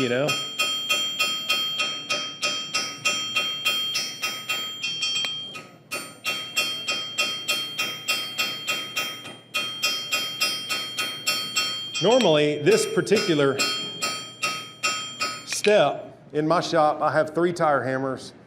I have 1 tire hammer that has 3/4 inch round bar fullers. And then the next hammer has 1 1/4 round bar fullers. And then the third one has combo dies with like a 3-inch round fuller on one side and a flat on the other. And when I make these bottle openers, usually I go to the small fuller and go boom, boom. I go to the slightly larger fuller, I go doom, doom. And then I go to the combo dies with a flatter and I'm done. And so I'll walk down the aisle of tire hammers and I'll get this work done just in a minute, usually all in the first heat. But when I use induction making my stuff, I quite often go back and forth and I grab a little heat where I need it. I get asked quite a bit about induction when people are, especially bladesmiths, y'all are the worst. Y'all are the worst. What's the first question you think a bladesmith asks me when I show them induction? Can I do, yes. Can I do Damascus in that? No, you cannot. So just get that out of your head and stop dreaming about making Damascus in induction. I get why you would want to, and I'm kind of making a joke there. But so the reason is induction. So people ask me, can I do that? And I say no. And the reason is, I would say, can you make a Damascus billet with your acetylene torch? Could you? Maybe. Would it be fun? No. Is it going to be reliably Stuck together? Probably not. You know, the king of that is going to be a really powerful gas forge, right? I mean, these machines are miracle working machines if you use them for their intended purpose, which is fast, localized, intense heat, all right? So what I like to tell people is when they think about how could they use this in their shop, I like to say, how do you use an acetylene torch in your shop? You know, how could you use fast, localized, small areas of heat? And so for a lot of people, what that means is if you shifted to using induction to making a particular product, your forging steps, your process in propane might be completely different than your process would be using induction, because in induction, you're just getting that little area that you want to move hot. Like right now, all I'm doing is just tapering this little area down. I'm not worried about this area on the end. I'm not worried about the round hole part. But if I was in propane, what would be hot? All of it. What's going to move? All of it, right? That's a big advantage with induction, is that you can say, okay, I want to focus on this little area, all right? So I don't know if I'll have time to do it, but if I make a stake turner, you'll see I work this section, and then I work this section, and then I work this section, and then I go back and I work this section, because I'm using little small areas of heat. So that is definitely something to think about.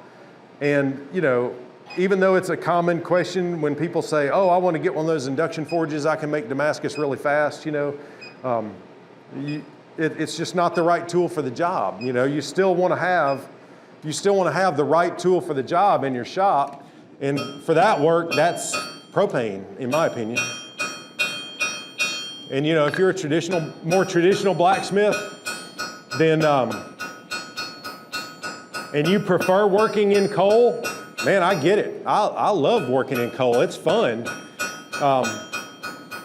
But do you want to light your coal forge for everything you need to forge? That's kind of my litmus test for blacksmiths who ask about it. They're like, oh, I really like my coal forge. You know, I like the feeling I get. I like the smell I get. I'm like, dude, I get it. That's great. Do you want to do that for every single thing you do? And some of them are absolutely, yes, I do, you know. And then some of them are like, no, you know what? Every once in a while I got to bend a piece of flat bar. It'd be sure nice if I could just walk over there and bend a piece of flat bar real quick.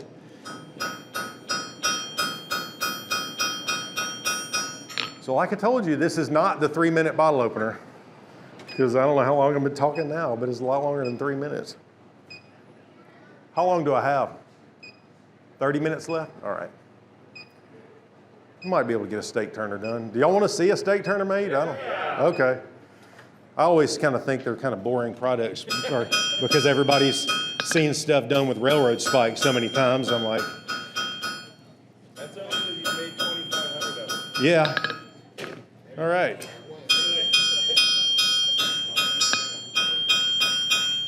All right, I'll quit monkeying around with this bottle opener and finish it real quick. Was your blacksmith shop heated before? Heated?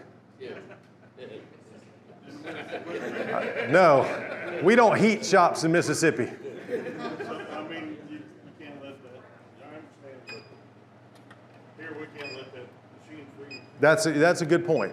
That's a good point. So, was it last Tuesday in Mississippi? I woke up and it was 27 degrees outside.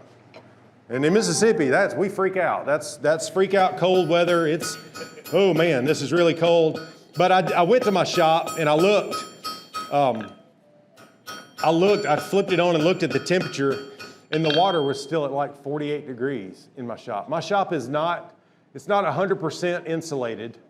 It's a 30 by 30 building with a roll-up garage door on it. So that's got that foam board insulation, and then there's some insulation, but I'm just open rafters in the ceiling. So it gets pretty cold in there. But even when it gets down in the 20s, in my shop, the water in those machines, I've never seen it go into the 30s, actually. Now, I think if it was in the 20s for multiple days on end, then it would creep down over time, and I would definitely have to do that. And so let me talk about that. Induction machines require water to be cooled, and they require distilled water.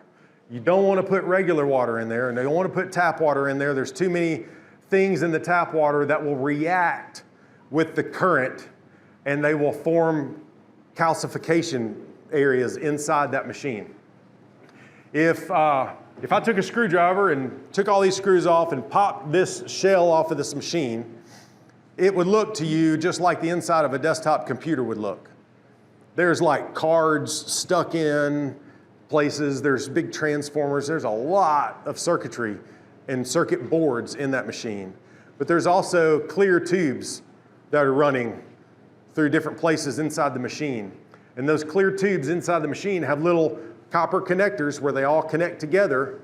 And so we had a cold snap in Mississippi last year. And it was a week or more we were below freezing, which is unusual, but it did happen. And so I was like, okay, I got to do something with the induction machine. So I rather unwisely grabbed the automotive antifreeze, and I was like, I'll just mix a little in there. So I just poured a little antifreeze in the water reservoir. And my thought was, I knew what would happen. I knew that that wasn't good because regular antifreeze also has those things that will cause calcification to happen. But I just thought, I'll do it for a little while and get through this cold snap. I'll then dump my water and put new distilled water in. Well, guess who forgot? So I forgot that I'd put the antifreeze in there. 3 months goes by. Everything's working fine. I'm in the shop one day. I'm working. And in the middle of a session, I'd been working for about an hour. In the middle of a session, I pressed the pedal, and the alarm for the water fail went off.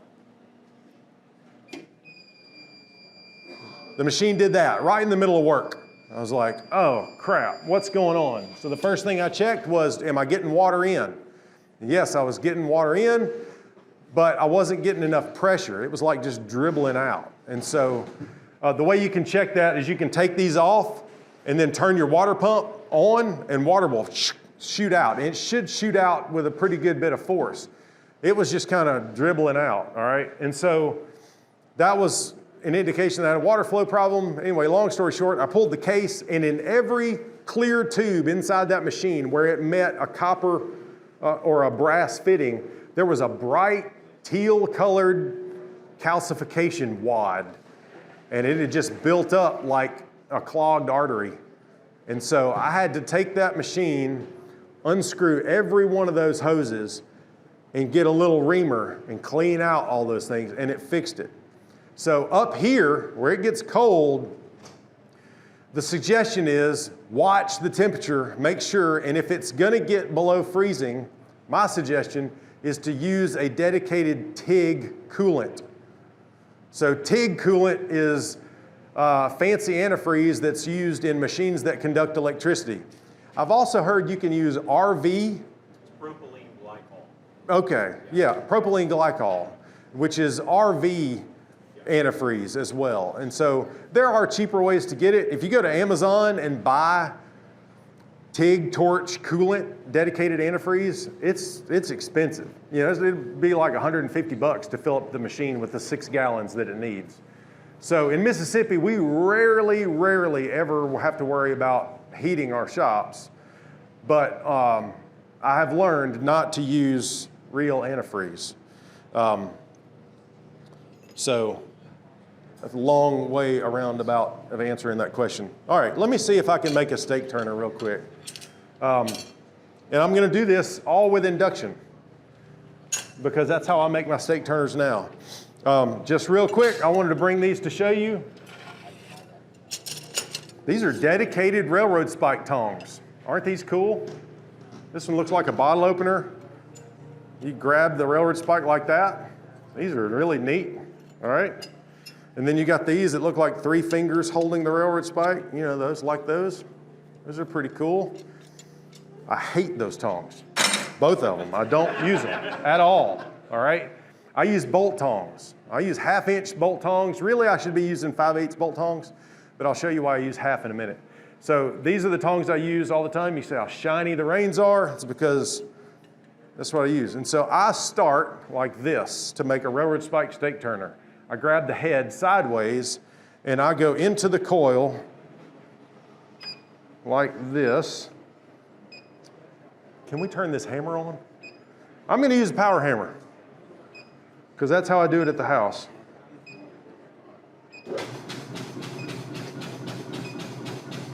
Usually it takes me about 40 to 50 seconds to heat up this section that I'm working on now. So what I'm working on is the handle. What's going to be the handle of the railroad spike stake turner.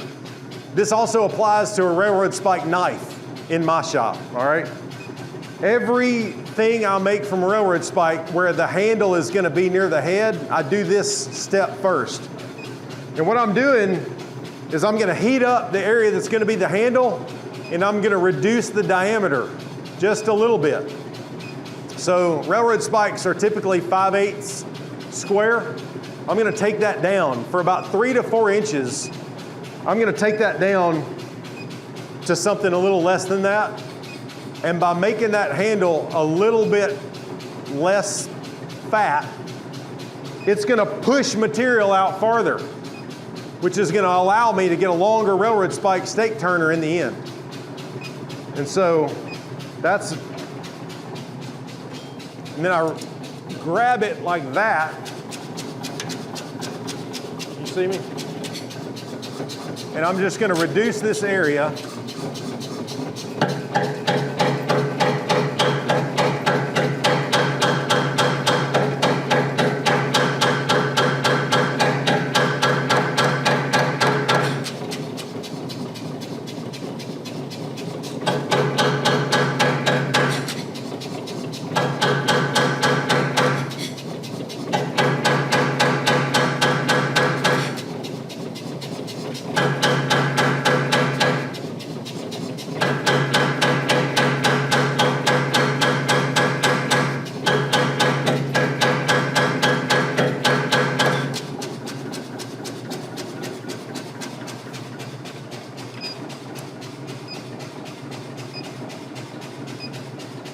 Do y'all want to see, how much time do I have? 20 minutes?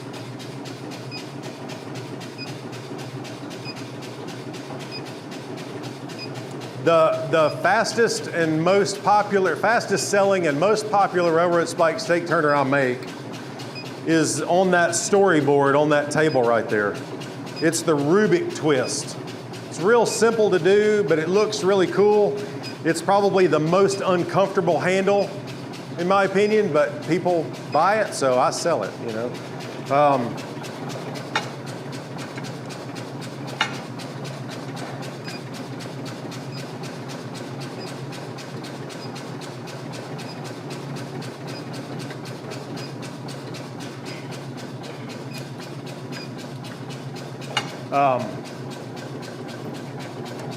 Get out of there.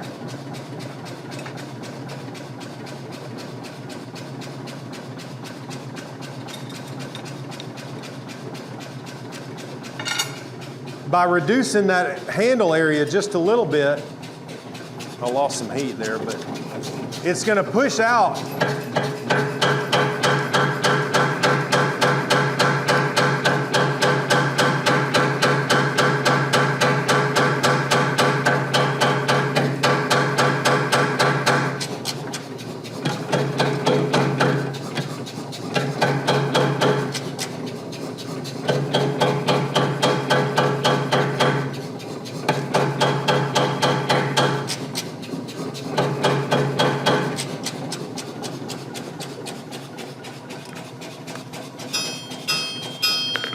Sometimes the head will wander to the left or the right.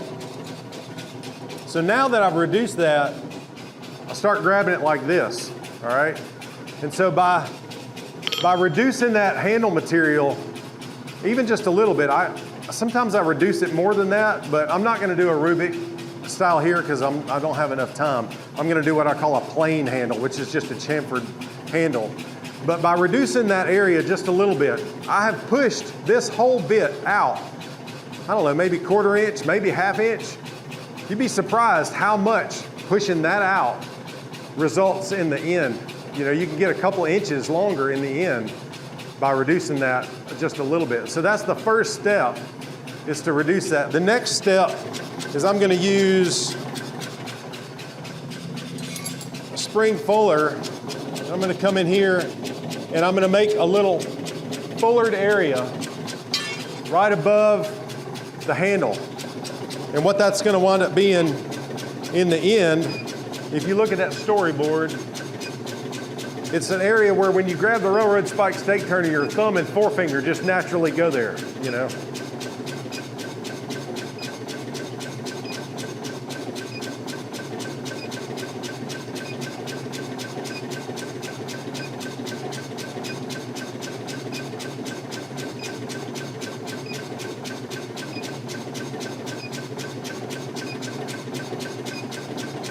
So again, I could be using a smaller coil, but one of the reasons I keep this size coil in my forge is if I have to heat the head of the railroad spike, I can get the head of the railroad spike in this.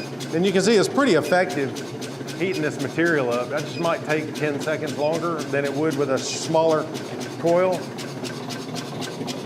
So, you know, the speed is kind of a relative thing.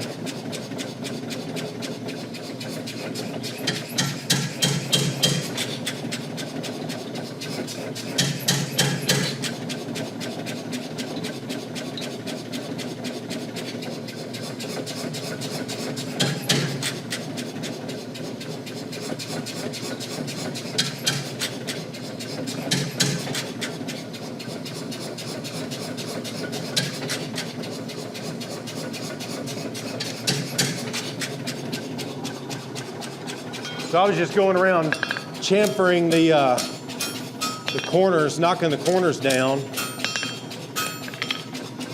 So that's the handle and the little pinched in fuller spot, you know. I just do that. Sometimes what I'll do is another fuller right above that to start what's going to be the long drawn out neck of the stake turner.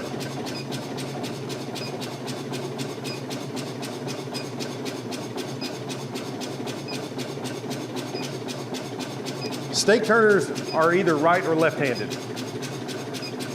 So if you're going to make these, offer them in right or left-hand. It does make a difference. If somebody that is left-handed buys one and you hand them a right-hander, it's weird for them. So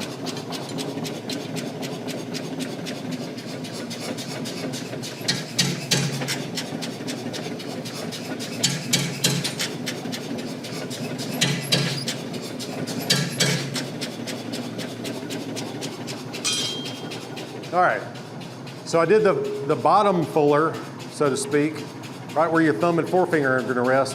And then this fuller here is just the start of the tapering that I'm about to do for the rest of this. It just gives me a good, kind of a clean transition.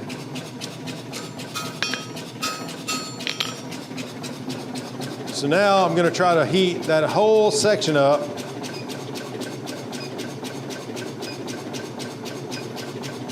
See how I'm moving the spike in and out of the coil?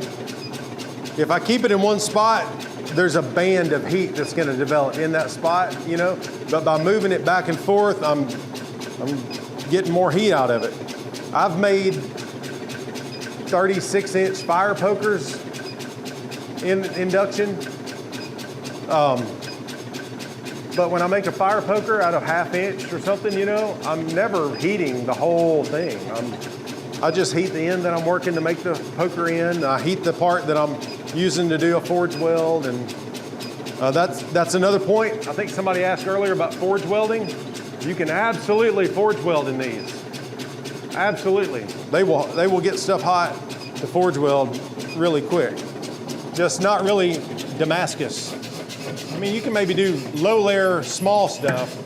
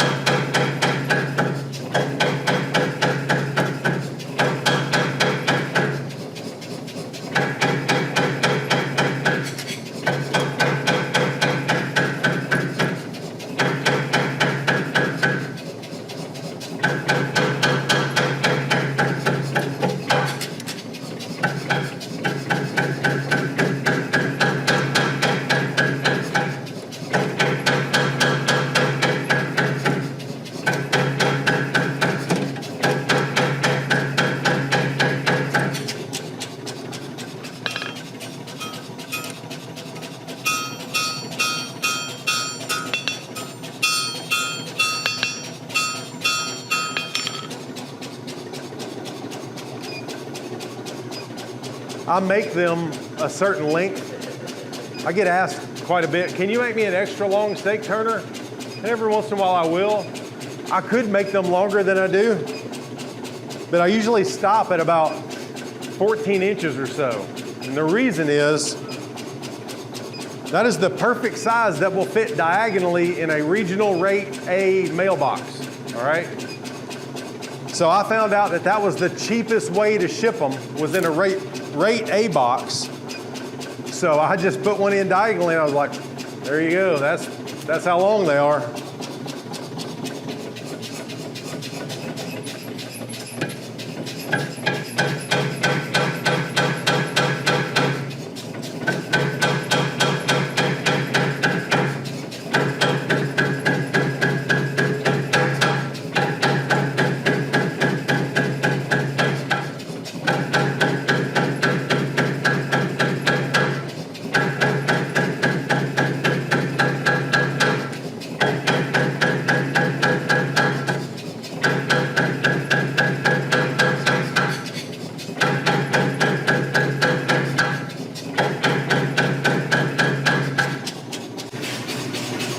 I tend to work things a lot colder than most people do because I'm using induction and a tire hammer usually. I usually, like I said earlier, I don't sit here and hold it in the coil and get it to a yellow heat every time. Most of the time, I'm going into the coil, getting the little red heat. I'm going right back to the tire hammer.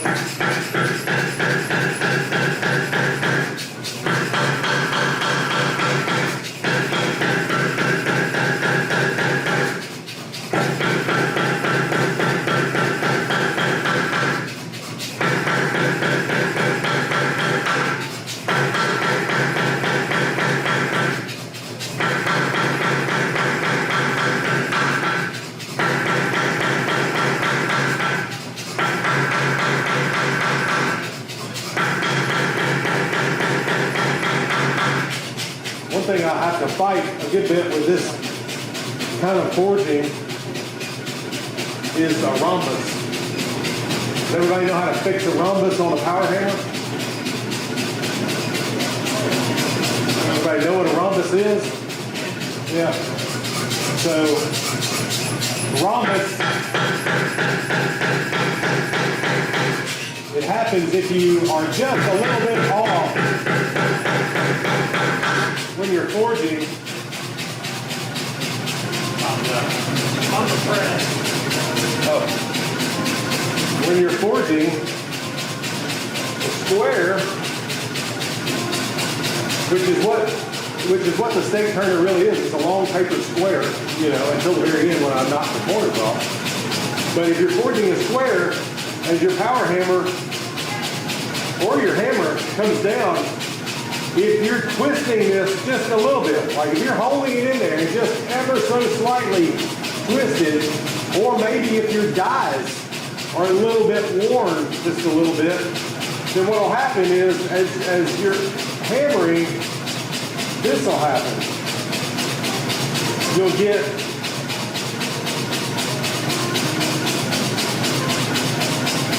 it'll start sliding off to one side. It'll do that. And if you're doing that in a power hammer, and you do that, and you let that happen when it's cold, that sliding happens when it's cold, you'll create a hole in the middle of that bar. It'll actually shear inside the bar. A crack will start in there, and you won't see that until the end, especially if you're doing it at the cool temperatures I tend to work at. So the way to fix this is the second you see that sliding off start to happen, the very second you see it, turn your work up on the diamond, on the long side, and knock those corners down. So then you'll have a bar that has a chamfered corner on two sides, like that. So you'll knock that high side chamfered down, then run your bar back through and squish it back down and start over again. Sometimes you might have to do that 2 or 3 times. And on a real extreme case, you may have to go to round and then go back to square. But sliding off into rhombus land, is what I call it, will happen quite a bit with the stake turner on a power hammer. So,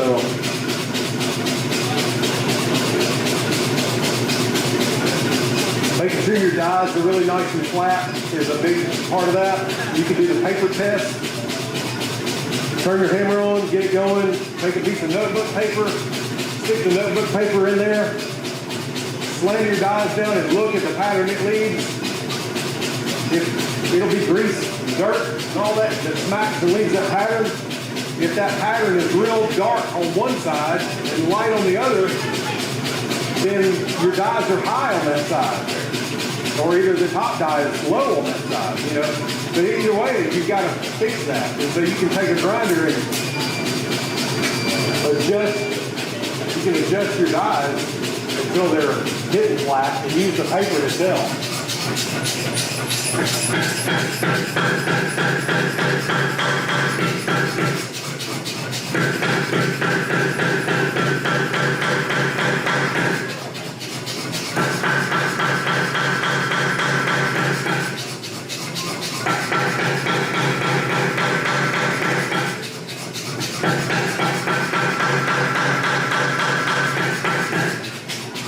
Getting close. The end here is about where I want it. I usually take it close to about a 1/4 inch.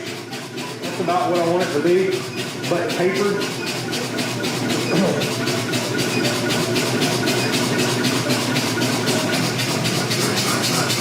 So at the very end here, I'm just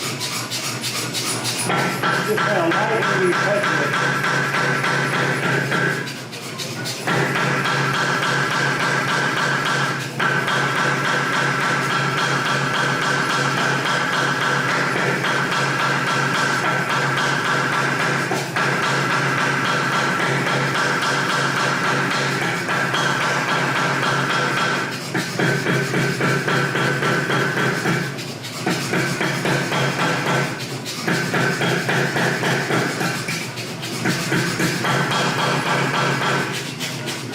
So I ran it through, I knocked all my edges off. I'm going to run it through maybe one more time.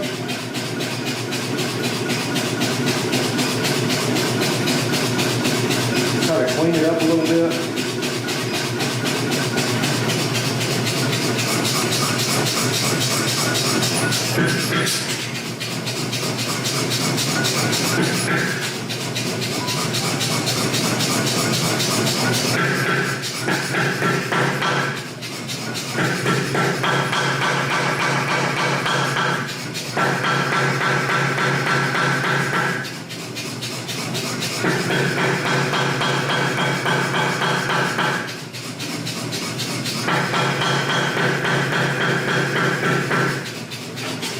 All right, this area here where I started the taper is kind of ugly. That's been it's been hitting the edge of my hammer dies a little bit there, so I'm going to clean that up on the horn with a ball peen. And then we'll work to the very end of it.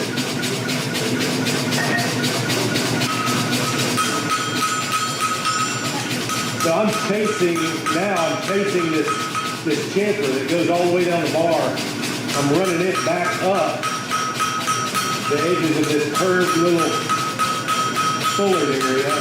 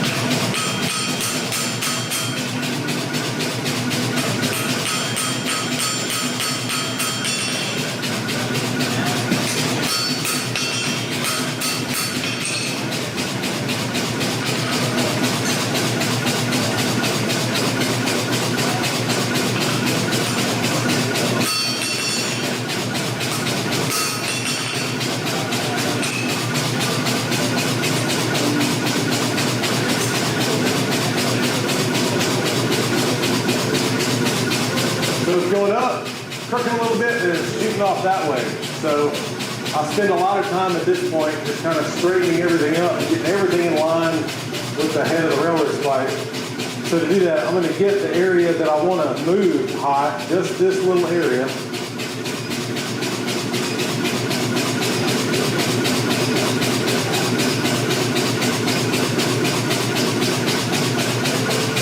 I'll go to the vise.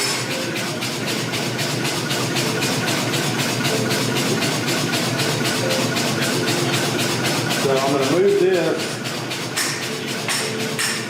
This is going to cause me to have to move more down here now, but now that's great. I like using the vise as like a little mini press. Just make sure that the whole length of it is fairly straight. Now I just got to fix this little stuff here at the bottom.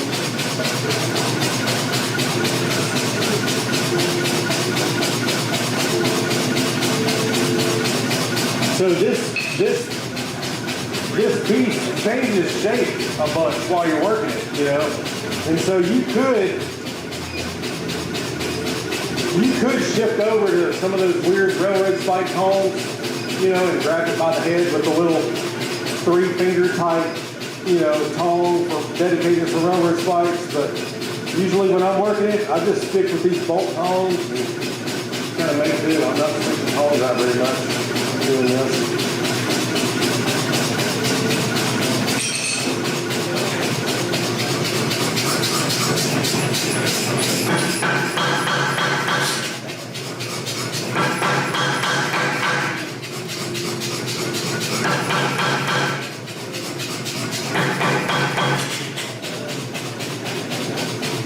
All right, the head of my railroad spike is kind of leaning off a little bit, so I'm going to stick just the edge of the spike into the side of the coil. I don't need to get just a tremendous amount of heat. I just need to move it a little bit. So it's leaning this way, so I'm going to hook the railroad spike on that side and then hammer on the top just a little bit. And that should move it over. I'm hooking on the edge of the anvil. I'm pulling while I'm finishing that part up.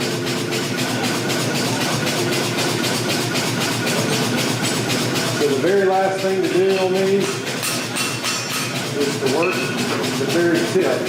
So because this started as a fairly sharp point, when you stretch it out, the end of this thing will be fish-mouthed a little bit, and so I just usually zip that off at a belt grinder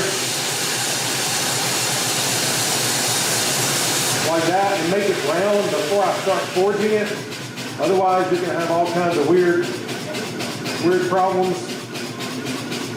You're going to wind up with a crack in the very end of it.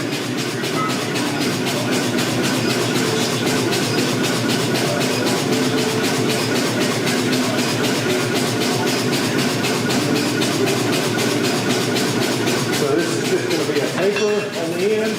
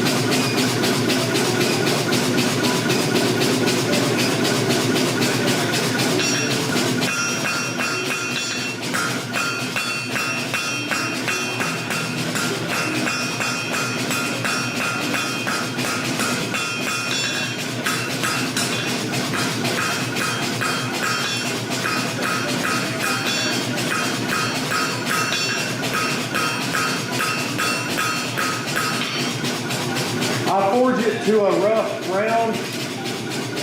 I usually don't take a lot of time. It's like being really good with top forging at this point. I just go to kind of a rough round and make sure that I'm not causing any cracks or not unequal anywhere. You know, I want to straighten out a little bit. I've got a rough round again. And then, like I said at the very beginning of this, I cheat a lot. And I have found that I can spend time at the anvil forging a perfectly tapered point, or I can go to a belt sander and do the same thing really quick. So my rough forging around just gets me to a point where the grinding happens pretty quick. And plus,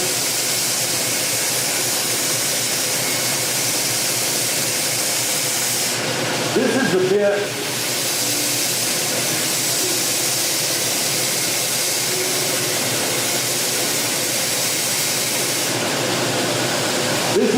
that's touching food, right? So those of you that are chef knife makers, you're familiar with the term food release, right? You want a knife that has good food release. Well, I found that if I forge these things to a point, I had a little forge texture in there, and sometimes when you hook meat, it didn't want to let go as well. And so by grinding it and getting it nice and shiny, it goes in the meat and comes right out. You know, it releases the food. So now I'm going to take that piece of wood again, go over the horn, just knock the tip down.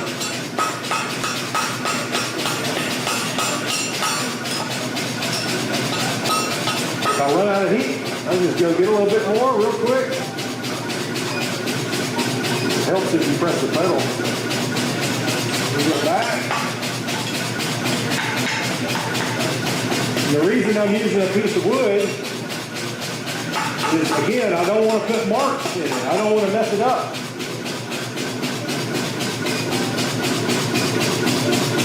Railroad spike steel is pretty forgiving stuff. I mean, the only time I've ever had it crack or break on me is like when I get a real bad rhombus or I push it too far when it's cold. These are, I ordered I'm going to start an argument now. I ordered the HC spikes, the high carbon spikes, because in all reality, they do have a little more carbon in them. And when I quench the tip of this, it's harder than the low carbon spikes. And these HC spikes, if you do forge them a little too cold, you know, I think they're more prone to crack than mild. All right, so I made my tip. I'm just pouring it a little bit larger, but all I'm doing now is refining that round shape a little bit before I make the steak turn. All right, here's the last thing. There's a secret. How do you make this a right or a left? All right, so I'm a right-hander, so I want to grab the steak turner and I want to put it over the meat and turn my wrist and go into the meat, flip it, and then release the meat. All right, that's right hand. Right hand is like that. A left hander is like that. So if I'm going to make this a right hand steak turner, I want the hook going that way to my left. I want the hook pointing to my left. If it's going to be for a lefty, if I hold it like this, I want the hook pointed to my right, and opposite. But here's how I do it. Here's how I remember. To make a right-hander, I'll lay it on the far edge of the anvil to where the curve comes back and meets the edge. So this is going to be a right. I'm going to turn it toward the right. See how I did that? I lay it with the hook going towards the anvil, touching the side. This is a right-hander. We're going to the right, all right? That's the right-handed steak turner. And then I'm just going to bend this down, clean it up.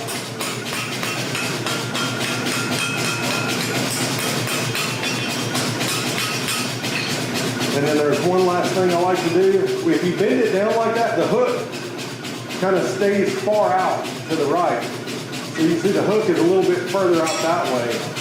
And so to fix that, I go to a vise I stick it in the vise. I grab a pair of tongs and I just bend that just like that. What I want is I want the middle of that neck to be right in the middle of that curve. And then I'll force this into the vise, which kind of gives me a little transition on the back side.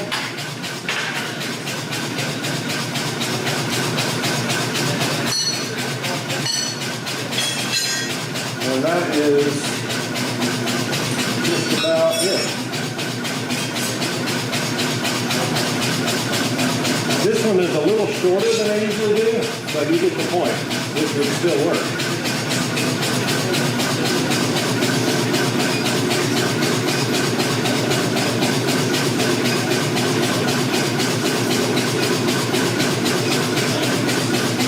Now I'm just going to bump this back in.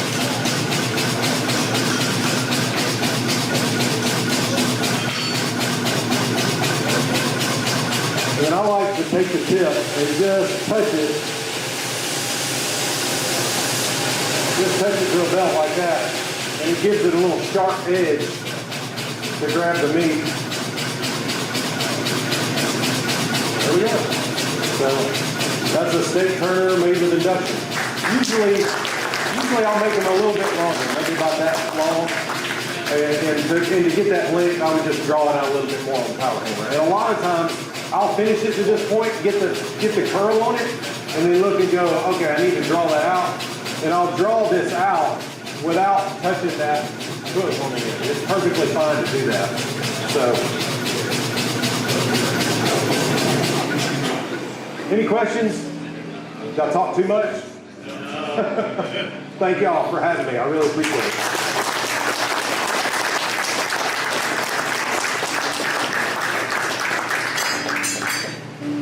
Who threw that at me? Yeah, I should have used that. That's a better idea than an old ruined hatchet handle.